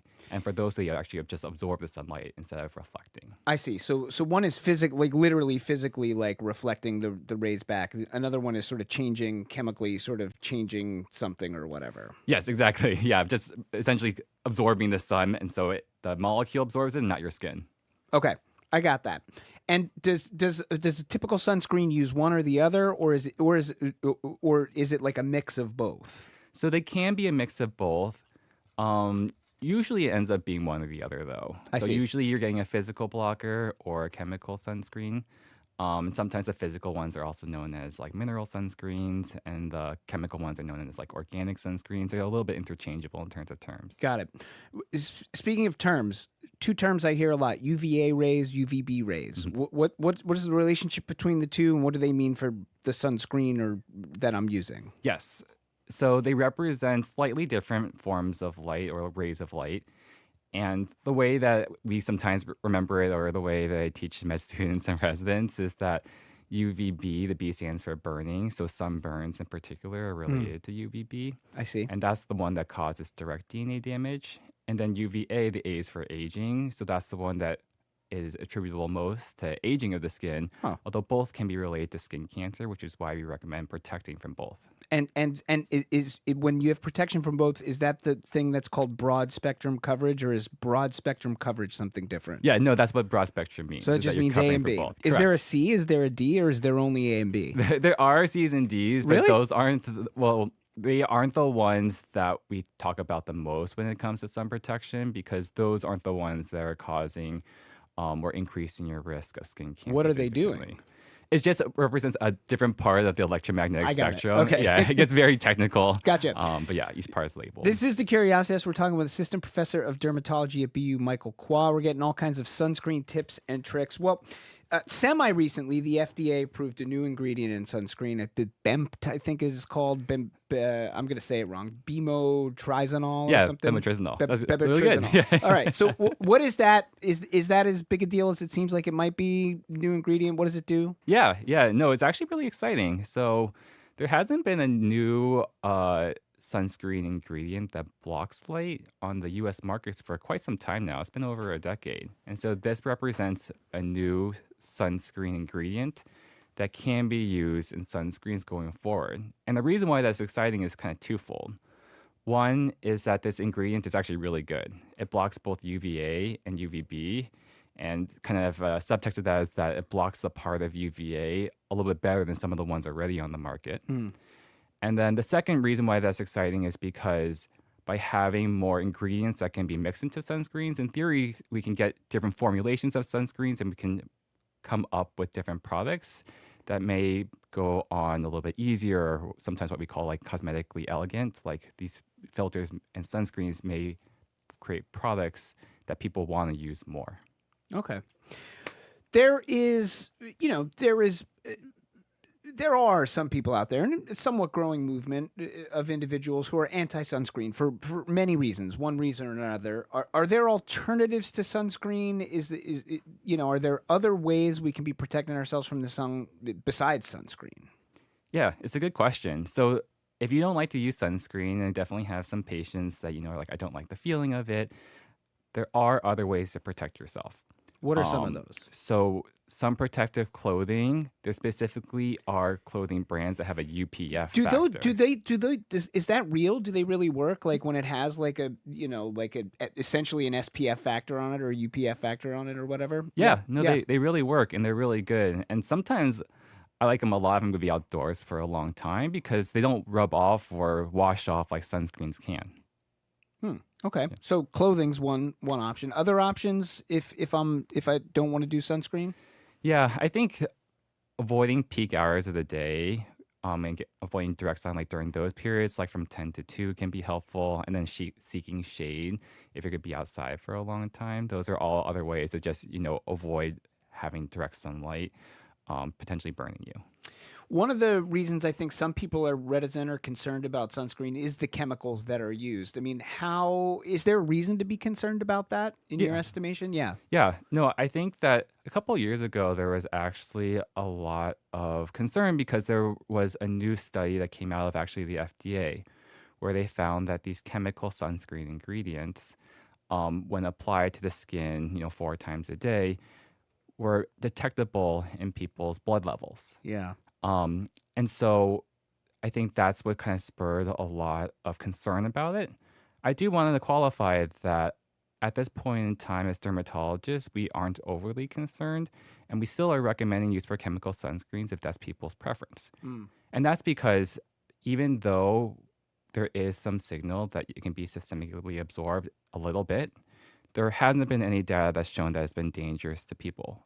In the meantime, we know that skin cancer itself is something that is definitively dangerous. Right. So between these sort of like this might be dangerous, but we know skin cancer is dangerous. So if your behavior is going to stay the same, which is to say, if you're going to go out in the sun, we know that skin cancer is dangerous, so we should probably take protection against that, even if we think that maybe potentially something dangerous is happening if you're using it, because we don't know for sure. Is that kind of it? Yeah, that's kind of it. Although I would also just qualify that there hasn't been any data to suggest that chemical sunscreens are dangerous. And Just we've been that it's using them for 50 detectable. years. Yeah, Yes, yeah. correct. Got Exactly. it. Okay, we're talking with Michael Kwok, assistant professor of dermatology at BU. We had a YouTube comment, and I've heard from some people too talk about the idea of whether it be Australia or Europe, that there are different sunscreens available there that aren't available here that are maybe better. What is the difference and why? Do you know much about that? Yeah. So I actually wrote a paper about this in the past with one of my mentors, but in other countries outside the U.S., because the regulation of sunscreens is different, they actually have access to a lot more sunscreen ingredients than we do. So if you were to go abroad and try a sunscreen, you're like, this feels kind of different. It probably is because it is. And it's using some of the ingredients that the FDA is actively evaluating and thinking about bringing to the U.S. And bemetrizanol is one of those ingredients actually that we have now that Europe has had for some time. Oh, interesting. Okay, we've only got about 2 minutes left, so let's get into really, like, are there things that we have not talked about here that people should know about sunscreen that you want to make sure that they know that I am not asking about? Yes. So we've kind of reviewed 2 of the 3 main things that I look for in a sunscreen. So we reviewed SPF, broad spectrum, and then the last thing I want to emphasize is also making sure it smells good. Yes, that is also important. Does it smell delightful and delicious? No, but also that it's water resistant.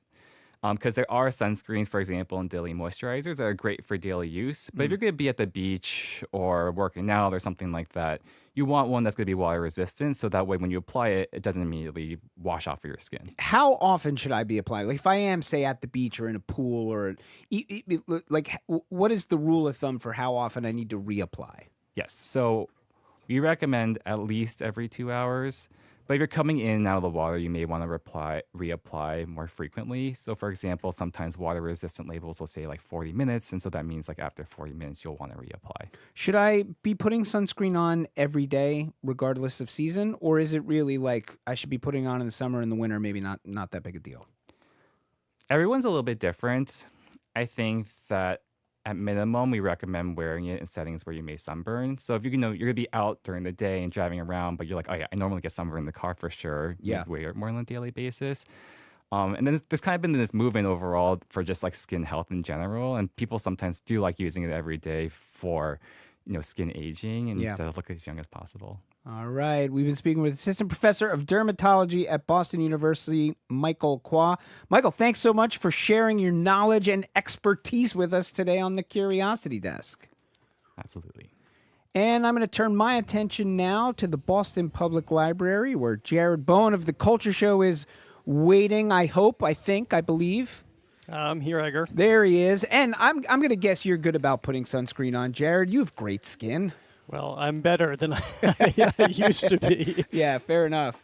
Fair enough. So what's going on down at the library? What do you have on the show today? So we're going to start with Dylan Gottlieb, whose book Yuppies was just named by The New Yorker as one of the best books of 2026 so far. It looks at yuppies of the 1980s and the after effects in 2026, the legacy they wrought, everything from this culture of fascination with fine dining and athletics to, of course, class divide and what they represented in terms of financial culture. Greed is good. Exactly. Natalie Lemle is here about her book Artifacts, and it really taps into her own history and archaeological digs as she creates this novel that takes us back and forth in time and repatriation, the role of the art world and museums. So we'll talk to her about that. Fascinating. And then Patrick Gabridge is here with Plays in Place. We've talked about them on the show before. Of course, they take us back into history, presenting plays and dramas in the rooms and places where they happened. Very nice. That is Jared Bowen and the Culture Show with another great one coming your way in just under 2 minutes, so do not go anywhere. As for us, that about does it for now. The Curiosity Desk is produced by Aidan Connolly, Rachel Armani, Olivia Corcio, and Hannah Loss. Our intern is Mukta Dharma Purkar. Patty Daniels and Jamie Bologna keep us protected from the sun because they never let us outside. They keep us chained to our desks. How dare they? Our engineer, John the Claw Parker. Special thanks today to Andrew Massawa and Bradley Lewis. We will be right back here in 23 short hours on GBH 89.7 and streaming on YouTube. If you can't wait that long, check out the podcast version of the show. You can get that wherever you get your podcasts. All right, until next time, I'm Edgar B. Herwick III. Stay curious out there. What's trending? What's interesting? What's going on around town? We're talking all things arts and culture on The Culture Show, next on GBH 89.7. Funding for our programs comes from you. And Concord Park, a Volunteers of America senior community in Concord, Mass., offering seniors the privacy and independence of their own apartment home as well as care and support to help meet their needs now and as they age. ConcordPark.org. When door-to-door saleswomen arrive in town and bring murder with them, Sister Boniface's friend gets a makeover to go undercover and catch the killer. Catch Sister Boniface Mysteries tonight at 8 on GBH 44. You're listening to 89.7 WGBH HD1 Boston. Online at gbhnews.org. GBH News. What matters to you? Good afternoon. With the latest from the GBH Culture Show News Desk, I'm Henry Santoro. Happy National Oyster Day to all who celebrate. Celebrated every year on August 5th, it's a food holiday dedicated to enjoying oysters, raw, grilled, fried, baked, or even in a shot glass.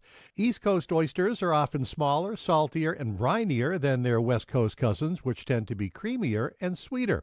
A single adult oyster can filter up to 50 gallons of water per day, helping keep marine ecosystems clean. And only about 1 out of every 10,000 wild oysters will produce a natural pearl. Oysters, meanwhile, make terrible comedians. Why? Well, because they always clam up. But they are great for a quick chuckle. And speaking of chuckles, it was a big surprise guest appearance this week at the Z in New Bedford. The Zeiterion has started a Bill Murray movie marathon on Monday nights, and this past Monday they screened the classic What About Bob? I'm sailing! I'm sailing! And yes, there he was in the theater wearing a Hawaiian shirt when he strolled onto the stage to say hi. The idea of getting people together to see what life can look like if you sort of produce it, it's really important to see movies together. That, of course, is Bill Murray appearing at the Zeiterion for a screening of What About Bob?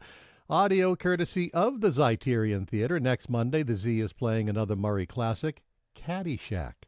Finally, if you find yourself in downtown Hyannis this Sunday, you should definitely check out the second annual Cape Cod Jewish Culture Festival, a day full of fun, food, music, and all celebrating the Jewish culture. You'll be up to your pupuk in selections from a New York deli, homemade falafel, family fun, including a class on how to make kosher pickles, and live music from the popular American-Israeli Jewish rock band and parody group Schlock Rock. I stepped off the bus in Mobile, Alabama. The sun was slowly setting on the bay. It was 6 o'clock on a summer Friday afternoon. Shabbos was an hour away. Won't you stay with us for Shabbos, Minyan Man? That's this Sunday, August 9th in Hyannis from 2 to 6 p.m. That's this edition of the GBH News Weekly Wednesday Afternoon Culture Cast. I'm Henry Santoro. Next up, The Culture Show with my friend and yours, Jared Bowen, live at the Boston Public Library. I'm Jared Bowen. Coming up on The Culture Show, finance was once the territory of old, stodgy white men. By the 1980s, young bankers and lawyers had arrived in power suits and BMWs, making Wall Street glamorous and ambition all-consuming. In his new book, Yuppies, historian Dylan Gottlieb traces their greed-is-good rise and the unequal world they built. From there, looted antiquities don't always vanish into the shadows. Sometimes they end up in museums. Natalie Lemle joins us with Artifacts, her debut novel about a Roman glass cup, the lawyer investigating its past, and the archaeological dig that still haunts her. And the American Revolution returns to the places where loyalties dissolved, families fractured, and freedom remained unfinished. Patrick Gabridge of Plays in Place takes us inside 4 new site-specific productions unfolding at historic homes, prisons, and towns across New England. That's all right now on The Culture Show. The Culture Show is made possible in part by a generous contribution from the Fiducia Fund, proud to support this station's arts and culture programming. I'm Jared Bowen. This is The Culture Show live on 89.7 from the Boston Public Library and streaming on the GBH News YouTube channel. Finance was once chiefly the domain of the WASPs, who rounded out a corporate establishment that held little appeal for generations shaped by Vietnam and suspicions of government and corporate power. That is until the 1980s, when Wall Street became young, glamorous, and fiercely competitive. Its new recruits became known as Yuppies, young urban professionals. Popular culture remembers the BMWs, the shoulder pads, and greed is good excess. But they also put finance at the center of the economy, transformed city neighborhoods, and turned gourmet dining and physical exercise into status-driven pastimes. Historian Dylan Gottlieb argues that we still live in the world the Yuppies shaped, from punishing work ethics to gentrified cities to widening economic inequality. Gottlieb traces that legacy in his new book, Yuppies, the bankers, lawyers, joggers, and gourmands who conquered New York. By the way, it was recently named one of the New Yorker's best books of 2026 so far. He's also an assistant professor of history at Bentley University. Dylan Gottlieb, welcome to The Culture Show. Congratulations on this big designation from the New Yorker. Thank you so much for having me. This is a delight. Well, this is fascinating because the Yuppies were so emblematic of a time. We'll talk about the movies, so that there's the whole cultural component to it, let alone its effect on society. But what happened between the WASPs in the boring financial jobs to the Yuppies making it sexy and just driven by it? Right. So there is a huge transformation, as you allude to, between the sort of traditional world of finance in, say, the 50s and 60s, when it's ruled by white Anglo-Saxon Protestant men almost exclusively, and this era that I'm writing about, the late 70s and especially 1980s, when banking, finance, big law opened to a more diverse range of applicants who are coming from colleges and universities that are themselves diversifying. Women, for the first time, are entering newly co-educational places, like in the Ivy League, for example. First white ethnic men, and then a broader range of minority candidates are moving into universities. And then, once banks become increasingly profitable with deregulation, into the jobs that are demanding many tens of thousands of workers to do the work of moving Wall Street to the center of the economy, to do the mergers and acquisitions that law firms are feasting upon in the 1980s. It takes people to do that work. And where do they look to? The colleges and universities that are admitting this new class of young people to do that work. You described that in some respects, here we have all of these college graduates, Ivy League graduates, but in a sense, some of it is just mindless work. Yeah, that's something that actually really surprised me, right? You emerge from Georgetown Law and you'd think you'd be doing this rarefied intellectual work at one of the large law firms in New York. But in dozens of interviews and in years of archival research, what I found is it actually amounts to more drudgery, more paper pushing, pencil pushing, ferrying documents for deals at the last minute on an airplane, kind of low skill toil. And that's actually by design. There's a lot of profit to be made by extracting the labor of these young people, skilled or unskilled, when you've recruited a lot of them and you're billing, say, by the hour, if you're a law firm. And the work isn't great. It's not intellectually stimulating. The pay is pretty good, but if you do the math by hour, they're actually not making that much more than minimum wage in some cases. So you can extract a lot of value by billing your client a lot for them, and you can grind through these students who are increasingly indebted from their, say, law school experience. You know, they don't have the connections of the WASPs of mid-century or the family fortunes to support them. So when they get to these law firms, they're more exploitable, and about 80% of them at some firms wash out within the first few years, moving on to some less prestigious, less well-paying job. And the firm recruits the next and more indebted class and does it again. Well, so then how does this happen? Is it the mindless, drudgery infused day job and then the sexy rest of the life that they do not have maybe bananas money, but have enough money to change the whole look of their lives? Yeah, I think there's something compensatory about going out for a nice dinner that you've read about in the Zagat Guide after 12 punishing hours at the office, enjoying some of that disposable income that in the 1980s is really only accruing to urban professionals. They're the only ones seeing their disposable income ratchet higher as the rest of the middle class is left further and further behind. So you could understand why you would want a salad with goat cheese on top to give you a sense of distinction and enjoyment and pleasure after the drudgery of white-collar work. Well, before we get into all of the effects of the yuppies in this generation, what drew you to this concept of looking at this population and what it meant to the United States subsequently? It was actually a personal experience. So I did my PhD at Princeton, and I was a TA and teaching students year after year in these small sections where I'd get to know them and see incredibly talented, smart, vivacious students who were driven and could do anything, right? They could become a poet, they could write speeches for the president, but year after year, some huge percentage of them trundled off to Wall Street, to private equity, to law school, to work at a corporate firm. And it just puzzled me. And I thought, was it always this way? That was sort of the initial question. Were these universities always a pipeline for these pre-selected meritocratic elite to head to these jobs? And the answer is no. In the early 70s, only about 3% of the Ivy League goes to Wall Street. By the end of the 80s, it's well over a third of every graduating class. So it is a huge quantitative transformation as well as a cultural transformation that now these are seen as the most elite destination for our smartest students. And I spent then 10 years getting to the origin of that story, how it came to be that way. Well, how much was it driven by the optics of that life and the accoutrement of that life? I think in part it's driven, well, principally it's driven, I think, by the economic shifts that bring finance to the fore. But downstream of that and related to it are the cultural benefits of being at what you feel like is the very center of power. It's no accident that I wrote about New York, which is, of course, the capital of capital in America, but also our entertainment, news, and journalism capital. So if you're a journalist at New York Magazine, these are the people you see at the parties in Soho or in the Upper West Side. These are your friends. You're going to restaurants with them, or at least they're the characters who you see barging into the disco in the late 70s, and you want to write about them. And when you distribute those stories to a national audience, whether it's in those journalistic accounts or later in movies, music, the gourmet food that they're eating, well, there's a certain attraction to be at the center of the action. So the next class of young recruits is drawn both by the economic incentives, but then, you're right, that cultural miasma that is just out there attracting them to New York. Well, one thing I found fascinating is how you point out that physical exercise, running and marathoning, can be directly tied to the yuppies, that this is something that they helped propagate.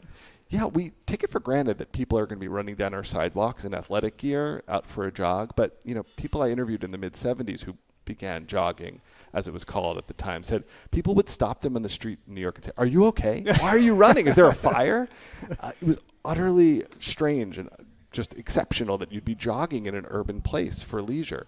But yuppies understand themselves at the top of a social hierarchy. They've climbed their way up there through selective college admission, through getting these jobs they're told are the most selective and elite. And their leisure becomes yet another way to ratify their position on top. It's one thing to jog for pleasure, for health, in sort of a countercultural way to connect with the earth, as many did in the early 70s. By the early 80s, people are steeling themselves for competitive road races. This is the era of the mass marathon. You know, the New York City Marathon goes 5 borough, and it attracts tens of thousands of ordinary people who train all year with quantifiable metrics to prove that they belong at the, top of the pack. And I interviewed people who still remember their finishing time from races in the early 1980s. These are the types of people who remember their profit and loss at the investment bank and their 5K time from 1984.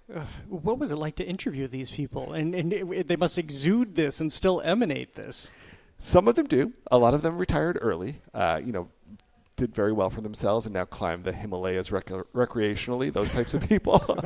Others had a sort of begrudging acceptance or awareness that, well, we did change America in certain ways. And I guess I was a yuppie now that you say it, an understanding that they were part of this cultural wave that was transforming American culture and were really the beneficiaries of what became a much more unequal society. So there were some interesting moments where people had to reckon with sort of broader societal effects of their rise, especially now since the book has come out. I've heard lots of those comments. And by the way, I'm speaking with Dylan Gottlieb about his new book, Yuppies, the bankers, lawyers, joggers, and gourmands who conquered New York, named by The New Yorker as one of the best books of 2026 so far. Well, before we get to the inequity, let's talk about some of the diversity. You point out that Barack Obama was a yuppie. You talk about the women who, as you just mentioned, are getting into finance for the first time, really, in history. Of course, it makes its way, as everything does, into culture. Here's a clip from Baby Boom, the 1987 movie, which I keep meaning to watch since Diane Keaton died, because I remember this from childhood. She was so great in it. But here's the trailer for the comedy Baby Boom, again, starring Diane Keaton. To enhance your enjoyment of the film Baby Boom, we present a guide to phrases used by that unique category of baby boomer known as the yuppie. I need the P&Ls on Atlantic Overseas. I also need the latest ZBBs and PBBs. And Robin, I want you to get me the CEO of IBC ASAP. Are you telling me that I inherited a baby from a cousin I hadn't seen since 1954? Your baby just barfed all over my boss. This is not my baby. I went to Yale and Harvard. I don't have children. So, of course, yeah, our audiences are watching this. They want to be like Diane Keaton and have the beautiful home that she eventually has with the baby. There's Working Girl. There is also other things like American Psycho, which maybe we'll get to in a bit. But what happens when we find women entering the workforce and having this strength?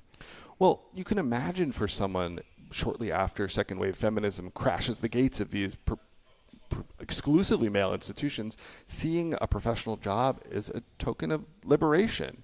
Right? Democratizing these spaces is actually a great victory. It's remarkable that Barack Obama, for example, can be the head of the Harvard Law Review in the early 1990s. That's a signal accomplishment in democratizing access to elite spaces.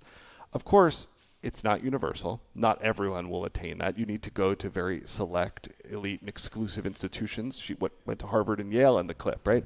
So that's no accident. Still, the feeder mechanisms remain quite narrow, and only a certain number of people will enter the pipeline to be whisked to the top. But you can understand for, say, the first college graduate in their family, like someone I spoke to for the book, being excited, electrified by the sense of proximity to power, by moving vast amounts of capital around the globe. That would be exciting and attractive, even if the downstream effects we might not be so enamored with today.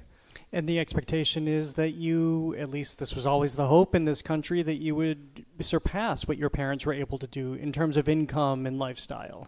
Yeah, this is still an era of more social mobility than we might be used to today, where things have ossified and it's much harder to climb out of your existing social class. But here was an opportunity for at least some members of the middle class to catapult themselves to a whole new and rarefied level, whether it's in consumption, whether it's in the clothes they get to afford. As you can see on the cover, the Burberry scarf is just too perfect. You understand, I want to celebrate their excitement about it at the same time as I look at it with a slightly jaundiced eye, and I'm more critical about the consequences for the rest of the middle class that's being left behind. Which brings us to today. Now it's 40, 50 years later, and how do you see the traces of the yuppie culture? And first of all, does it, with the parameters that you've outlined, can it even still exist today? That's a great question. I mean, I think so much of this is familiar, from the meritocratic rat race to physical fitness, right? People still jogging down the sidewalks in ever greater numbers, to people seeking distinction through their food consumption and other forms of conspicuous consumption, all things really pioneered by or accelerated by yuppies in the 1980s. I think much of that remains. I think, though, the path to a secure upper middle class existence is narrower and narrower. The number of people in creative professions who might have once consumed like the characters I write about in the 1980s just aren't pulling down the salaries to afford life in, say, Boston, where we sit right now. These one-bedroom apartments are just out of reach for a young academic or a journalist, for that matter, if they have a job at all. So what we see now is a sort of dissolution with the precariat, the downwardly mobile, you might say.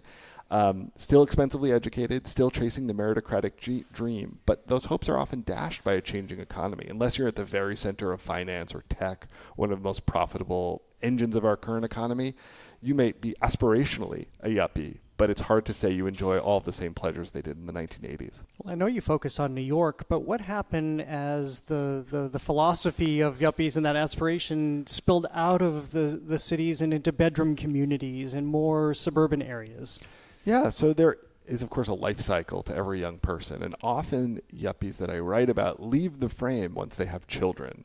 Especially in the 1980s, the perception of public schooling in most central cities remains quite dire. People seek things that are reminiscent of their suburban childhood and will move out to communities in larger and larger numbers as they age up into their 30s and beyond, especially when they have kids.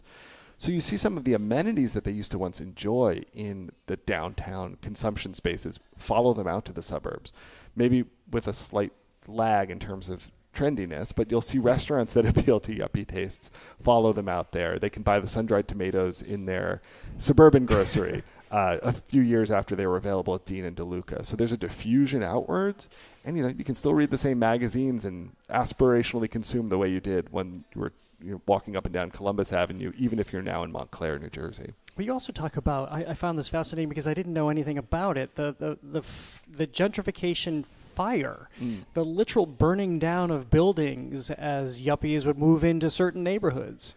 Yeah, so this is a dramatic story of gentrification that really hasn't been told before. We imagine this story of sort of bloodless, economic, abstract gentrification, right? Your rent goes up, you have to move, can't afford it here anymore. What I found is in the late 70s and early 80s in New York, but also here in Boston, actually in the Back Bay of the South End, landlords seek to displace their working class tenants with violence, often including intentional arson fires. Because that's the only way to get them out of buildings? Well, they'll try harassment, they'll try raising the rent, but with tenant protections remaining strong, particularly in New York, but also in places like Boston, it's one lucrative way to quickly turn over your tenant base and replace them with people who will pay many multiples more in rent or purchase price for a renovated luxury townhome or condo or brownstone. So here in the South End, there are dozens of fires. Mayor Raymond Flynn is running for mayor in the early 80s, and he declares war on what he calls gentrification arson, because it's becoming so endemic as these neighborhoods like the South End are transformed by developers who flood into the neighborhoods seeking return. So this is not just a New York story in that respect. It's also a Boston one. Happens in Chicago, happens across the country in a way that's just being begun to be documented. Well, to bring this, before we I want to ask you one more thing just about the conflict that arises. I think the people, even if they don't know what a yuppie is, they know the phrase "die yuppie scum." there was an intense hatred that happened too. Where in the cycle of yuppiedom did this backlash really come to the fore? Yuppies personify a whole new wave of accumulation and redevelopment in cities. They're a way to, in the form of one single person, point a finger and say, there's the villain that represents, say, the withdrawal of federal funding from cities, which actually does happen under Reagan in the 1980s. Yuppies are this easy scapegoat, and they do, in fact, become scapegoats. There's graffiti all over the new condos rising on the Lower East Side, say, that says, die yuppie scum. But what I want to do in my story is get a little bit beyond the stereotype and say these are in fact real people. It's a real demographic that's called into being that does have a connection to these broader economic changes, but we're also people making choices within a specific historical moment that we can in some ways sympathize with, in other ways be critical of. Well, you call them the foot soldiers. They weren't necessarily the architects of this, but they were carrying it out. Right, they're beneficiaries, but also many of them are sort of lost on the front lines as wave after wave are sent into the merger space or into investment banks. They're suffering too in a certain way, even as they're enacting new forms of gentrification, new forms of profit-taking that will, say, deindustrialize the country or remake neighborhoods. So they're both victims, but also perpetrators. It's complicated. That's hard to put into a soundbite or a piece of graffiti, but I did my best to put it into a short book. That's why it's a great book. Well, final question. I asked you about Yuppiedom today here in 2026, but you're in front of the kids of the Yuppies, some of them anyway, every day at Bentley University. Where do you see how has this gone into this youngest or younger generations? Most of them are not aware of the term, and they know vaguely that it was used as an insult at some earlier era, way before they were born. So they're interested in this term. But once you explain what you're after, their eyes light up like, oh, the guys in the vests who live in Southie. I know these people. They're in search of a term to sort of anatomize the way cities have changed, new sorts of characters have arrived in them. And I'm hoping to resurrect this term as a way of thinking about the new political and economic order that originated in the 1980s, but still is remaking our cities and is recognizable in all sorts of cohorts of people who are moving to them today. Well, it's a fascinating read, as many people have now recognized. Congratulations on the book and the conversation you've started, and thank you for being here today. Thanks so much for having me. Dylan Gottlieb is an assistant professor of history at Bentley University. His book, Yuppies, The Bankers, Lawyers, Joggers, and Gourmands Who Conquered New York, has been named one of the New Yorker's best books of 2026 so far. Thank you again. Well, coming up on the Culture Show, an ancient Roman cup, a modern museum, and a trail that leads back to an archaeological dig doubling as a criminal enterprise. Natalie Lemle joins us to discuss her debut novel, Artifacts. That's next on the Culture Show. Stay with us. The Culture Show is made possible in part by a generous contribution from the Fiducia Fund, proud to support this station's arts and culture programming.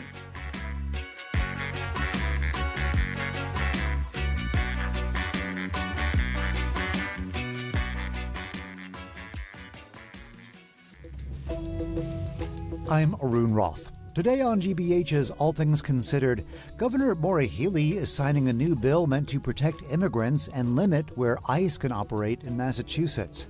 And K-pop sensation BTS will perform at Gillette tonight, and fans are streaming into Foxborough. Those stories and all the day's news starting at 4 on GBH 89.7.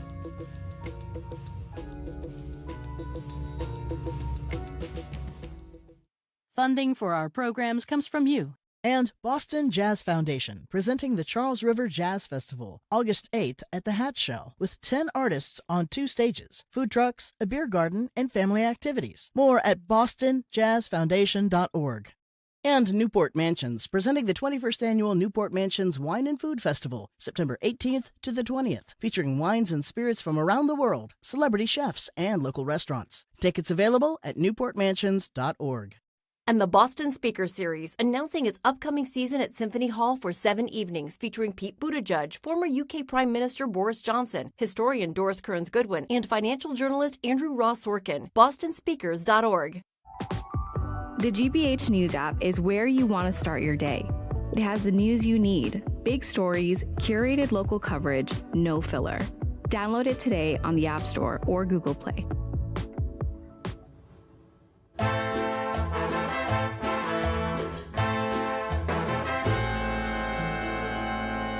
I'm Jared Bowen. This is The Culture Show, live on 89.7 from the Boston Public Library and streaming on the GBH News YouTube channel. Museums invite us to see ancient objects as survivors, pieces of lost worlds rescued from time and protected behind glass. Today, though, there are ever-increasing questions about many of those objects, who unearthed them, sold and bought them, and whether they belong in museums at all. That is the territory of Natalie Lemle's debut novel, Artifacts. Lena Connolly is a trusts and estates lawyer drawn into a dispute over a Roman glass cup that the Italian government says was illegally removed from the country. The case returns Lena to an archaeological dig in the Italian Alps 20 years earlier, and to the possible crime scene she happened upon there. As Lena follows the cup's journey, the novel considers what happens when the institutions entrusted with preserving history become part of its concealment. Lemle brings her own grounding in art and antiquity to the story. She studied classics and art history at Tufts, earned her MFA at Emerson College, and founded the Boston-based art advisory business, Artworks. Natalie Lemle, welcome to the Culture Show. Congratulations on your book. Thank you so much for having me. I'm so happy to be here. Well, your story is so interesting, your own story, before we even get to what you did in Artifacts. And I have to say, after reading your book, it's almost an expose of museum culture, art culture, antiquity culture, and it's not always great. It's true. I mean, I am an art advisor by day, but I work with living artists. As an undergrad, I studied ancient art and ancient art history, and I am interested in everything related to visual art. But in my 20s, I worked at the Museum of Fine Arts and corporate relations, and I was exposed to this whole world of gifts of art, of promised gifts, of bequests. And, this is a work of fiction, but I am really intimately familiar with this world and really interested in it and fascinated by it. And yeah, I think a lot of what happens in the art world is stranger than fiction, which makes it really fertile ground for actual fiction. So how would you, I'll outline the plot here, but how would you describe the situation Lena finds herself in as she's brought into this contemporary conflict and then reacquainted with something that happened, as we know, in what is often the case in real life, a very dicey past? Yeah, so this character, she studied classics as an undergrad. She wanted to be an archaeologist, but she's not an art lawyer. She's not a cultural heritage lawyer. She's a trust and estates attorney who's really familiar with international tax law, how to give gifts of art for the maximum tax benefit. She's working with clients on basically strategy for gifting art. So she gets asked by the head of litigation to assist in this case. It's a very rare dichroic glass cup from the 4th century being requested back to Italy. It's a high-profile case. It's actually taking place at a university museum. And so this law firm is being asked to assist in defending the curator, who's being accused of actually acting almost as an individual in knowingly accepting gifts of looted art. So there's a lot of technical stuff. I hope that it's not too much inside baseball. I think that so much of this stuff is nuanced and particular, and there's a lot of legal framework, but I did want my character to be enough of an outsider as a trust and estates attorney that she's learning along with the reader what exactly is happening here. Well, what I found fascinating in the book is that here in novel form, but knowing your background, we're seeing what we're reading about constantly and what we're talking about on the Culture Show constantly. And these are these constant questions about artifacts and their belonging in museums and countries asking for artifacts back because we learn more and more about how they've been looted, how they're part of criminal syndicates, and look at the Louvre heist, look at Italy asking for pieces back. And you're giving us the backstory that a lot of people know more than they're letting on. So you're meeting the moment. I know you didn't just write the book in the last year. This is a long process, but you find yourself meeting this moment. Yeah, and this is what, so I'm from Chicago originally. I came to undergrad at Tufts in 2006, and that was when the trial of Marion True, who was the Getty curator, who, like my fictional curator in this novel, is accused of knowingly acquiring these artifacts that may or may not have been looted. They have a sketchy provenance. That trial was basically coming to a head. It was like in the New York Times every single day there was a new headline. So I've been fascinated by this topic for 20 years. I knew that I wanted to study classics. I had studied Latin in my public high school in the Chicago suburbs, and I was just really, really interested in antiquity, basically. But I think that this idea of the gray areas, not only where do these objects belong, but who gets to decide?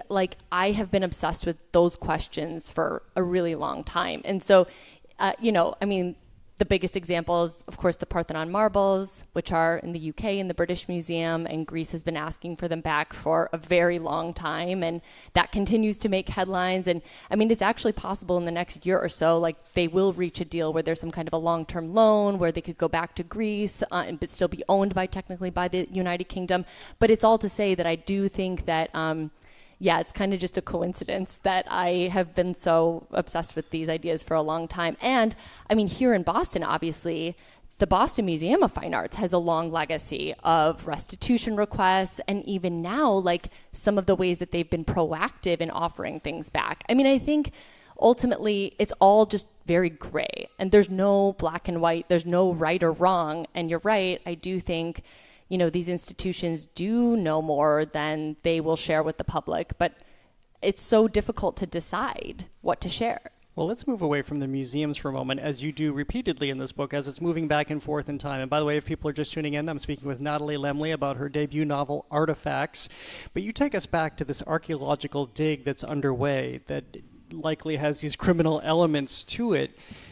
There was one line you had in your book about the fact that these archaeologists aren't in it for the reason that we all assume by watching movies, that they're in it to excavate stories and meet people of ancient civilizations and have that conversation back through time. That this is a lot more clinical and even worse than that. Yeah, I mean, I think, well, archaeology is such a fascinating field because I think people that are interested in archaeology, as I personally am, and I do not have an advanced degree. I'm not an academic. I don't have a PhD in this, but you've been on a dig. I have been on a dig. I was on a dig as an undergrad in the summer of 2007. It was an Etruscan dig, actually. So it was not in the Italian Alps. But I mean, I think one of the things is that we're all very curious. Like, we want to understand the past. We want to understand, like, what does the past tell us about the present? But there's also a lot of ego involved. Like, there's a lot, like, you have to have a lot of confidence to be able to go and identify a place where there could be something, and then to go and gather the funding. Like, it's a lot of bureaucracy and administration, and you have to be willing to, like, deal with a lot of red tape and get people on your side. And so I think a lot of times you need to work as a team, and in the novel, there's competing viewpoints about the dig, this fictional dig in the Italian Alps. And I think that's another thing that really fascinates me about the field of archaeology. It's like, you could be really, really interested genuinely in antiquity and in ancient things, but you also have to be able to, like, be opportunistic to get anything done. Because you have to have something to show for it at the end of the day. Yeah, absolutely. I mean, and I think like that's the other thing. It's like, who gets to decide where these objects go? I mean, one of the challenges that museums face is funding, right? Like, this is one of the biggest, I think, things that maybe we don't talk about publicly as much. I mean, of course, like at board meetings and inside museums and in cultural institutions, it's being discussed at all times, but somebody has to pay for this too.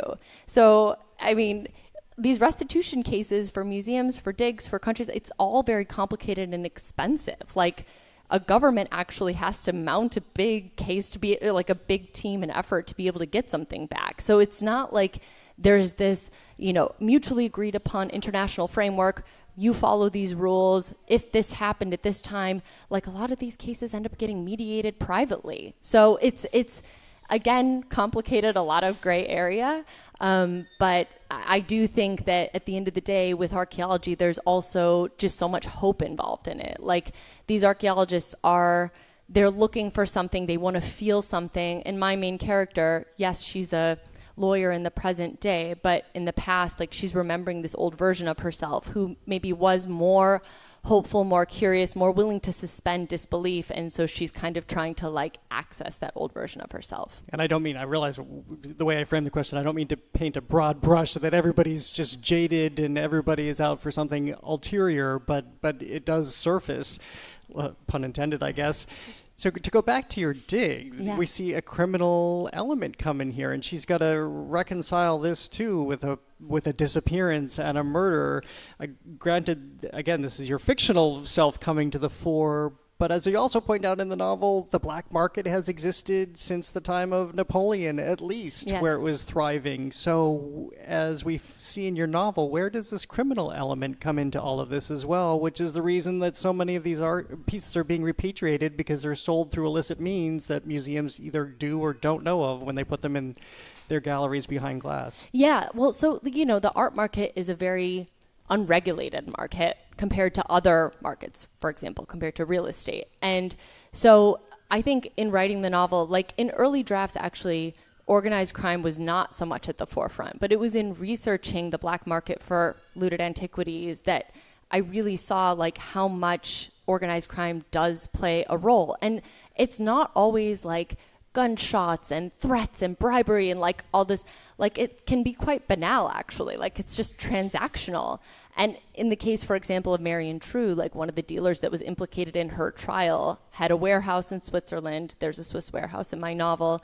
There were several like statutes of limitations that just expired, but that like if they had wanted to follow up on them, they could have. For example, like these dealers just working, they need to be able to exchange things for cash. Like, not to get too into the weeds or too technical, but like art, one of the questions that I think we should ask ourselves when we look at these heists is like, why does a work of art that can't be sold on the open market, so somebody takes these precious jewels from the Louvre, they can't just go sell them at Sotheby's or Christie's. Like, they have a sketchy provenance, they're really high profile objects, and yet they retain their value underground because they can be used as collateral for other valuable things, so like arms or drugs. And like, this is not sensationalizing it, like this is just actually what happened. Which suggests that it's still thriving, if not thriving even more, because we've seen this really incredible succession of heists. I think, as Anthony Amore pointed out, once you have one, people are apt to cover more and more, the because copycats, right? It seems like there are more, but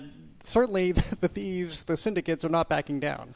No, and I mean, they don't actually need to. I mean, there's so much, and I think too, the other thing, and I have a friend who's a criminologist who teaches at Syracuse, and she read the book and gave me, some ideas. And so I think some of this, it's like, it sounds maybe like melodramatic, or it sounds like it's, off an episode of The Sopranos or something like that. But I think actually so much of it is like government collaborate. And I'm not saying like the US government is collaborating or anything like that, but I think like there is such a combination of like above ground and below ground happening that like it is actually difficult to point directly to organized crime in a lot of these cases, especially as they concern art. So what has it been to finish your book and have it out in the world and to have people aware of this? The conversation we're having must be coming up for you all the time now. Yeah, no, I mean, it's amazing. It's actually surreal having it out in the world because I worked on it for a long time. It's also an idea that I had for a long time. And so I am always just so excited to talk about this topic. It's, as you know, in my day job, I'm an art advisor. And so I find myself still leading with that identity in some ways, but I'm always so excited to talk about these things. I think like writing fiction was something that I did just for myself for a really long time. And so, I mean, I'm such a big reader, and I'm so always excited to talk to writers and anybody who wants to talk about some of these ideas. And so to be able to even, for example, talk about it with you is amazing because, again, like these are my fixations. These are my obsessions. And how did you do this? You have 2 kids, right? You have 2 kids, you're a young mom, and you have an interest in writing fiction, but you made this happen for yourself. Yeah, I think it was Ovid that said the steady drip hollows the stone. Like I really did it in short stints, especially initially. Like I woke up before my kids in the morning and drafted. And I mean, the truth is, when I was first working on this novel, I wasn't writing it to publish it. I didn't actually think it could get published necessarily. It was only after working on it for a really long time and iterating, and then I was getting an MFA in creative writing at Emerson College. The book was workshopped in a publishing course, and one of the professors said, I think you have something here. You should try to get an agent. And so, I think I would have written it even if it never would have gotten published. And so I'm happy it's in the world. Well, it's a great lesson for aspiring writers out there. And are we allowed to say you have something forthcoming? I do, yes. My second novel will be out next summer. It's called The Banquet. Well, we look forward to having you back a year from now when it's out next summer. Natalie Lemle, congratulations on the new book, and thank you for being here today. Thank you so much for having me. Natalie Lemle is a writer, visual art advisor, and founder of Artworks. Her debut novel is Artifacts. Again, thank you. Coming up, from Connecticut to Rhode Island to Western Mass, Plays in Place takes us inside the unfinished business of the American Revolution. That's next on The Culture Show. Stay with us.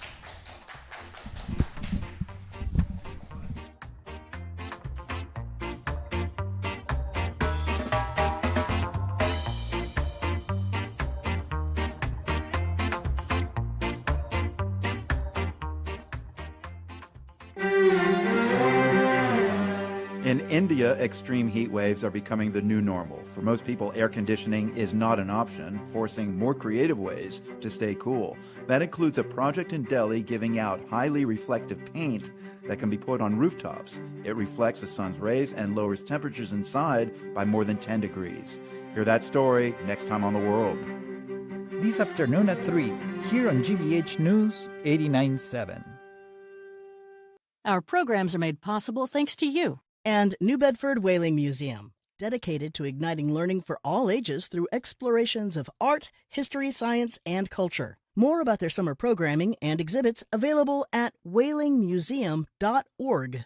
And Boston Ski and Tennis, helping New England families stay active this summer by offering a range of racket sports products and services, with locations in Newton and Westboro or online at bostonskiandtennis.com.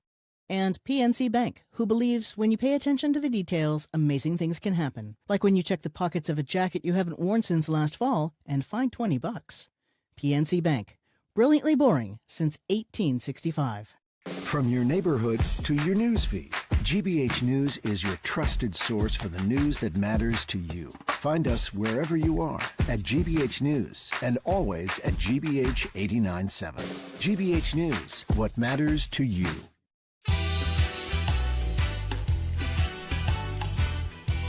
I'm Jared Bowen. This is The Culture Show live on 89.7 and streaming on the GBH News YouTube channel. The American Revolution is often told as a clean march toward liberty, but in the places where it happened, the choices were anything but clean. Neighbors took opposing sides, families divided, and enslaved people found that freedom was fraught. This summer and fall, Plays in Place is returning those conflicts to the ground where they unfolded. At Hunter House in Newport, a loyalist family and the people it enslaved confront war, betrayal, and the possibility of freedom. At historic Deerfield, we find the political and personal fractures running through a small town. And at Connecticut's old Newgate Prison, a deadly 1781 jailbreak becomes a mystery shrouded in competing accounts of what happened. They are new plays built from archival research, written for the buildings and landscapes that surround them, and performed on the ground where the stories happened. That approach recently earned Plays in Place a National Leadership in History Award. Patrick Gabridge is the founder and producing artistic director of Plays in Place. He joins us to talk about it all. Welcome back to The Culture Show. Great to see you as always. Thanks for having me back. Well, you, since I first met you a few years ago now, you're everywhere with these plays. It does feel that way. Yeah, right this minute we have 3 plays running in 3 different states. And then we'll have another 4th coming up opening in September. So we've got a lot going on there. And we're consulting with the Texas Historical Commission right now on 5 different sites. They're actually sending a delegation of 9 people out next week to see all 3 shows. The tricorn trifecta, we're calling it.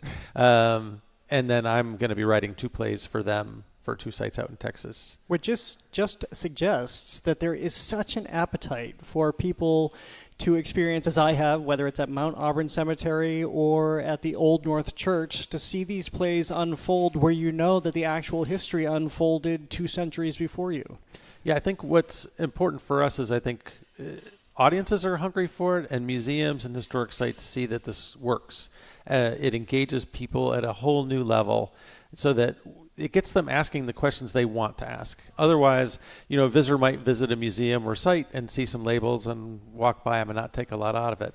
But if they go see a professionally produced production that's really written for this kind of thing, then the people care about the place and the people, and then they're asking the questions that sites want them to ask. And also great to be outside to see a play, or in a building that you wouldn't necessarily think could be a theater because it's a home or a church or something of that nature, which brings us to Newport, where you have Loyalty or Liberty that's running through September 1st. What is the story that you've excavated there? So in this one, we're looking at this small colonial era mansion. So it's owned by the Preservation Society of Newport County that owns all the big mansions, the Breakers and the Elms and that sort of thing.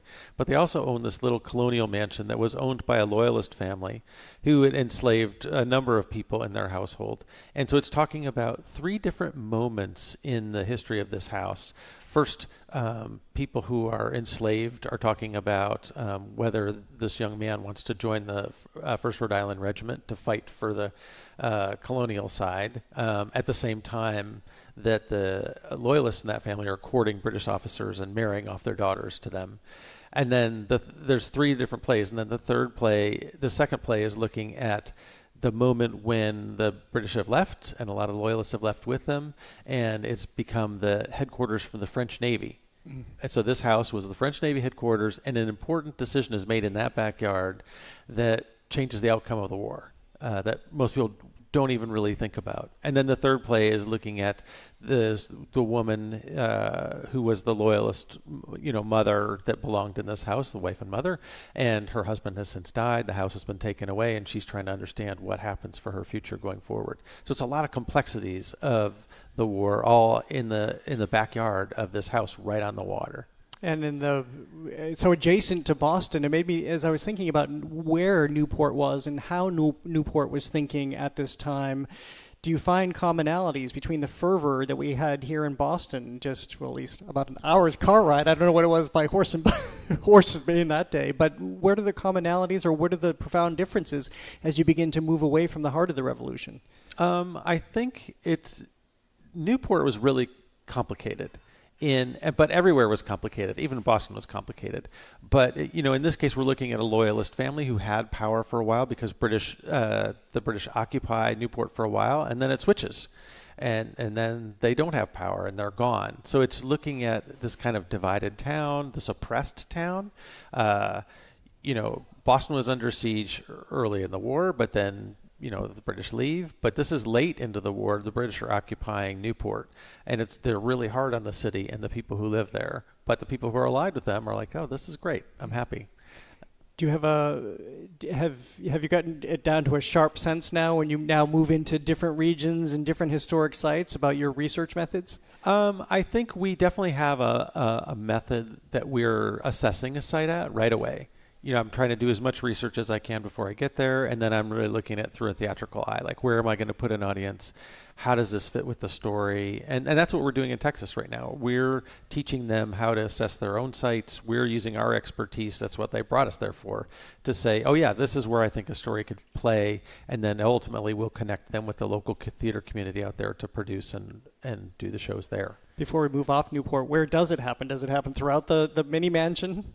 So no, it's all outside. The mansion itself has some restrictions on how many people can be in it at one time. So we have learned to move audiences physically around spaces for lots of different reasons. So that one, there's a front backyard right behind the house, and then we move people like 50 feet to the backyard, a second backyard, and then we move them again.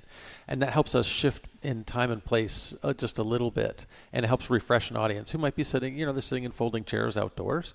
They can watch a 25-minute play and then move, and all of a sudden their attention is recaptured. As opposed to if you try to have them sit in an uncomfortable folding chair for 80 minutes, that's a stretch. Not a bad way to spend a summer day in Newport. It is a lovely spot. If people are just tuning in, I'm speaking with Patrick Gabridge, the founder and producing artistic director of Plays in Place. We're talking about the American Revolution plays they have unfolding at a number of sites throughout New England right now, including A Stake in the Ground, which is playing through August 15th. And this takes us out to historic Deerfield. For people who don't know what historic Deerfield is. Right. It's a preserved historic town that kind of stretches a mile long on the main street of Deerfield. And so there are homes dating back to the early 1700s, but they were preserved in the middle of the 20th century. And so there's museums, but you can take tours of the homes. It's also like Deerfield Academy is situated right in the middle of historic Deerfield, and the Bement School is there. But it's not quite like some historic, it's not like Colonial Williamsburg or something like that. It's its own thing, but you really get a sense of the place, and the plays that we're doing really take advantage of that. So what is the discord that we find there? Because again, these all have revolutionary themes. Right. So this one takes place a little before the war in 1774. And I think sometimes those of us who spend a lot of time in Boston think of everything revolutionary starts in Boston. But it's important to remember that the revolution also heats up really fast out in western Massachusetts. And anyone who knows western Massachusetts knows it's an independent bunch of folks that don't like to be told what to do. And they very much don't like the British coming in and telling them you can't have town meetings and you don't have control over local governance anymore. So it's hot out there. And in this town, small town, 400 people, is divided pretty evenly between loyalists and patriots, though they don't even know to call each other that yet. And somebody brings a liberty pole into town, and that causes all kinds of problems. And so it looks at some young men who are kind of frat bros in a little bit. I don't know that they're not really particularly Are they politically yuppie frat divided. bros? They are, actually. And they cause a problem with this liberty pole and do something they shouldn't do. And we also, this is again 3 plays. We move from place to place to place down the street to different sites. We start at the house of a minister who's a loyalist, and his son is a key figure there. And then we talk to some people who were enslaved in that household about their views of freedom and whether this liberty pole has anything to do with their liberty. And then we meet a family who's on the other side of the political divide who are associated with that liberty pole. And so it's really looking at how this revolution that's brewing is both political, but it's also personal. It has to do with interpersonal resentments and grudges and all kinds of things. How much of it is it fueled by the social media of the day, and what information is making its way into these towns and places? It's interesting. In the third play, they actually talk about that at this time, some families are paying a courier to bring the news from Boston every week. And one of our characters, Mary Stebbins, talks about how that is bringing fuel to the fire every week, because before they just cared about where they were, but now they were caring about 100 towns across Massachusetts, and they're worrying not just about where they are, but everywhere else. And it feels very much like where we are with social media today. Well, I want to move. I'm very excited to talk to you about this next one, this prison break that happened in Connecticut, which would seemingly play out like it would today. We've seen any number of movies about this, but this was happening in revolutionary times as well. What do we find in The Slippery Truth? So this play is really about a 1781 loyalist prison break from this prison that becomes actually the first state prison in America. And at the time, it was a copper mine in the early 1700s and goes out of business. And during the Revolutionary War, they'd start to use it as a prison. And so Washington, they just tuck people down underground. Take people down in this hole. It's wet, it's damp, it's filthy, and not very secure. People seem to escape from it with some regularity. But to get out, you have to climb a 35-foot ladder to various chambers within the guardhouse. And one night, a prisoner's wife comes to visit at 9 o'clock at night. For some reason, they let her down, and for some reason, all these prisoners rush out. They kill a guard, steal the guns, and vanish into the night. And two of them, a privateer named Ebenezer Hathaway, escapes all the way back to England and writes about his tale and how badly treated he was, and that kind of lends itself to the mythology of this escape. The real truth is much more complicated. We have the original documents of the post-escape interviews. They catch most of the people, and they interview guards and prisoners. And what you realize when you read this original document from 1781 is that most of these people are lying, and they're pointing fingers at each other, and there's accusations of bribery and leaving the keys and all kinds of things. And in our play, what we have is we have the trustee of the guard, of the prison, being sent there, Joseph Forward, and he lives nearby, and his job is to kind of sort out this mess and figure out what happened, who killed this young boy. And the guard is just a young boy. This young boy named Gad Sheldon, 16-year-old boy, is killed, and trying to figure out, well, who did that and how did all this happen? And so we start out with the first act is in the guardhouse. We kind of follow the document that we have, and then the second act we actually go down into the mine for an auditory experience. So the audience gets to kind of experience what it's like to be in that drippy, damp hole without all the rats and lice and human filth everywhere. And then the third act we go outside into the grounds, and we are transported back to the night of the escape just after it's happened and understand kind of what happened. Well, this must be very exciting. By the way, this is happening this was the Newgate Prison in Simsbury, Connecticut. Right. And I haven't mentioned it's playing through August 30th. As you're going through all of these testimonials, do you have a clear sense of what, here you are, more than 200 years later, trying to figure out what happened? Do you have a sense of the actual unfoldings? I would say my play is a guess at what I think could have happened, for sure. I think it's not clear, and that documentation we have is all the documentation we have on it. And it's a difficult time in American history. People are busy with war and other things, so documentation around stuff like this that is a minor incident is not well kept or recorded. There's a lot happening in the war, but not in Connecticut at that time. At this very moment, Rochambeau and Washington are meeting in Wethersfield, Connecticut, not 50 miles away, trying to decide what's going to happen. Should they go to Yorktown? Should they stay in New York? But yeah, it's a really interesting mystery to figure out what happened. Yeah, no spoilers. I won't give any spoilers. People have to go and get in the mine. Yep. Does everybody go in the mine, by the way? Not everybody. You don't have to. So that we have another audio experience. If you stay in the guardhouse, if you can't go down for whatever reason, there's an audio experience that you have that's just as rewarding. And you have to climb out? You don't have. There are steps. Okay. You don't have to go down a ladder. It's very good. It's a nice little loop, but it does. I mean, the whole point of bringing the audience down there is actually to change your perspective a little bit, because you hear about it, but then when you go down there, you're like, I don't know if I'd want to spend 3 days, let alone 3 years down there. No, certainly not. Well, we only have about 45 seconds left, but give me a preview of something that's about to open September 17th. It'll go through the 4th, and this is happening also in Western Massachusetts, out Northampton. Yes, so the whole Hawley plays look at two people in Northampton around the time of the Revolutionary War. Bathsheba Hull, who was a black woman, becomes free but is dispossessed of her home and her children by the city of Northampton. They want her land. And also about Joseph Hawley, who is an important politician and lawyer who makes a really difficult decision based on his mental health. He suffers from severe depression and decides he can't go be part of the Continental Congress and has John Adams go in his place. And we know what happens to John Adams. So it's a really fascinating moment. It's unbelievable all you're doing, just all the history out there that's ripe for storytelling, especially in the realm of drama and theater. Congratulations on all you're doing. Congratulations on the big prize you got for the Kitty Knox plays in terms of what you're doing with history and theater. Patrick Gabridge is the founder and producing artistic director of Plays in Place. It's 4 new productions exploring the American Revolution run across New England through October. You can find schedules, tickets, and more information at playsinplace.com. Thank you again for joining us. Thank you. And thank you for listening to another edition of The Culture Show. Tune in tomorrow for Ruth Ganesh, who is responsible for bringing a migration of elephants, yes, that's right, to Boston. And Claudia Rankin is here to discuss her new novel, Triage. Thanks to Henry Santoro for curating our Culture Cast. Today's engineer is Bill Piacitelli. The BPL technical and logistics crew, Maddie Geyer, Patrick Lally, Bill Francis, Sandra Lopez-Burke, and Juan Jose Cadena, and Chris Hanks. Our interns are Katie McCabe and Adina Velasquez. Thanks to the Lennox Hotel, to the Newsfeed Cafe. Thank you to everyone who is down here with us in our live studio audience today. We always love seeing you. I'm Jared Bowen. Have a great day. The Culture Show is made possible in part by a generous contribution from the Fiducia Fund, proud to support this station's arts and culture programming.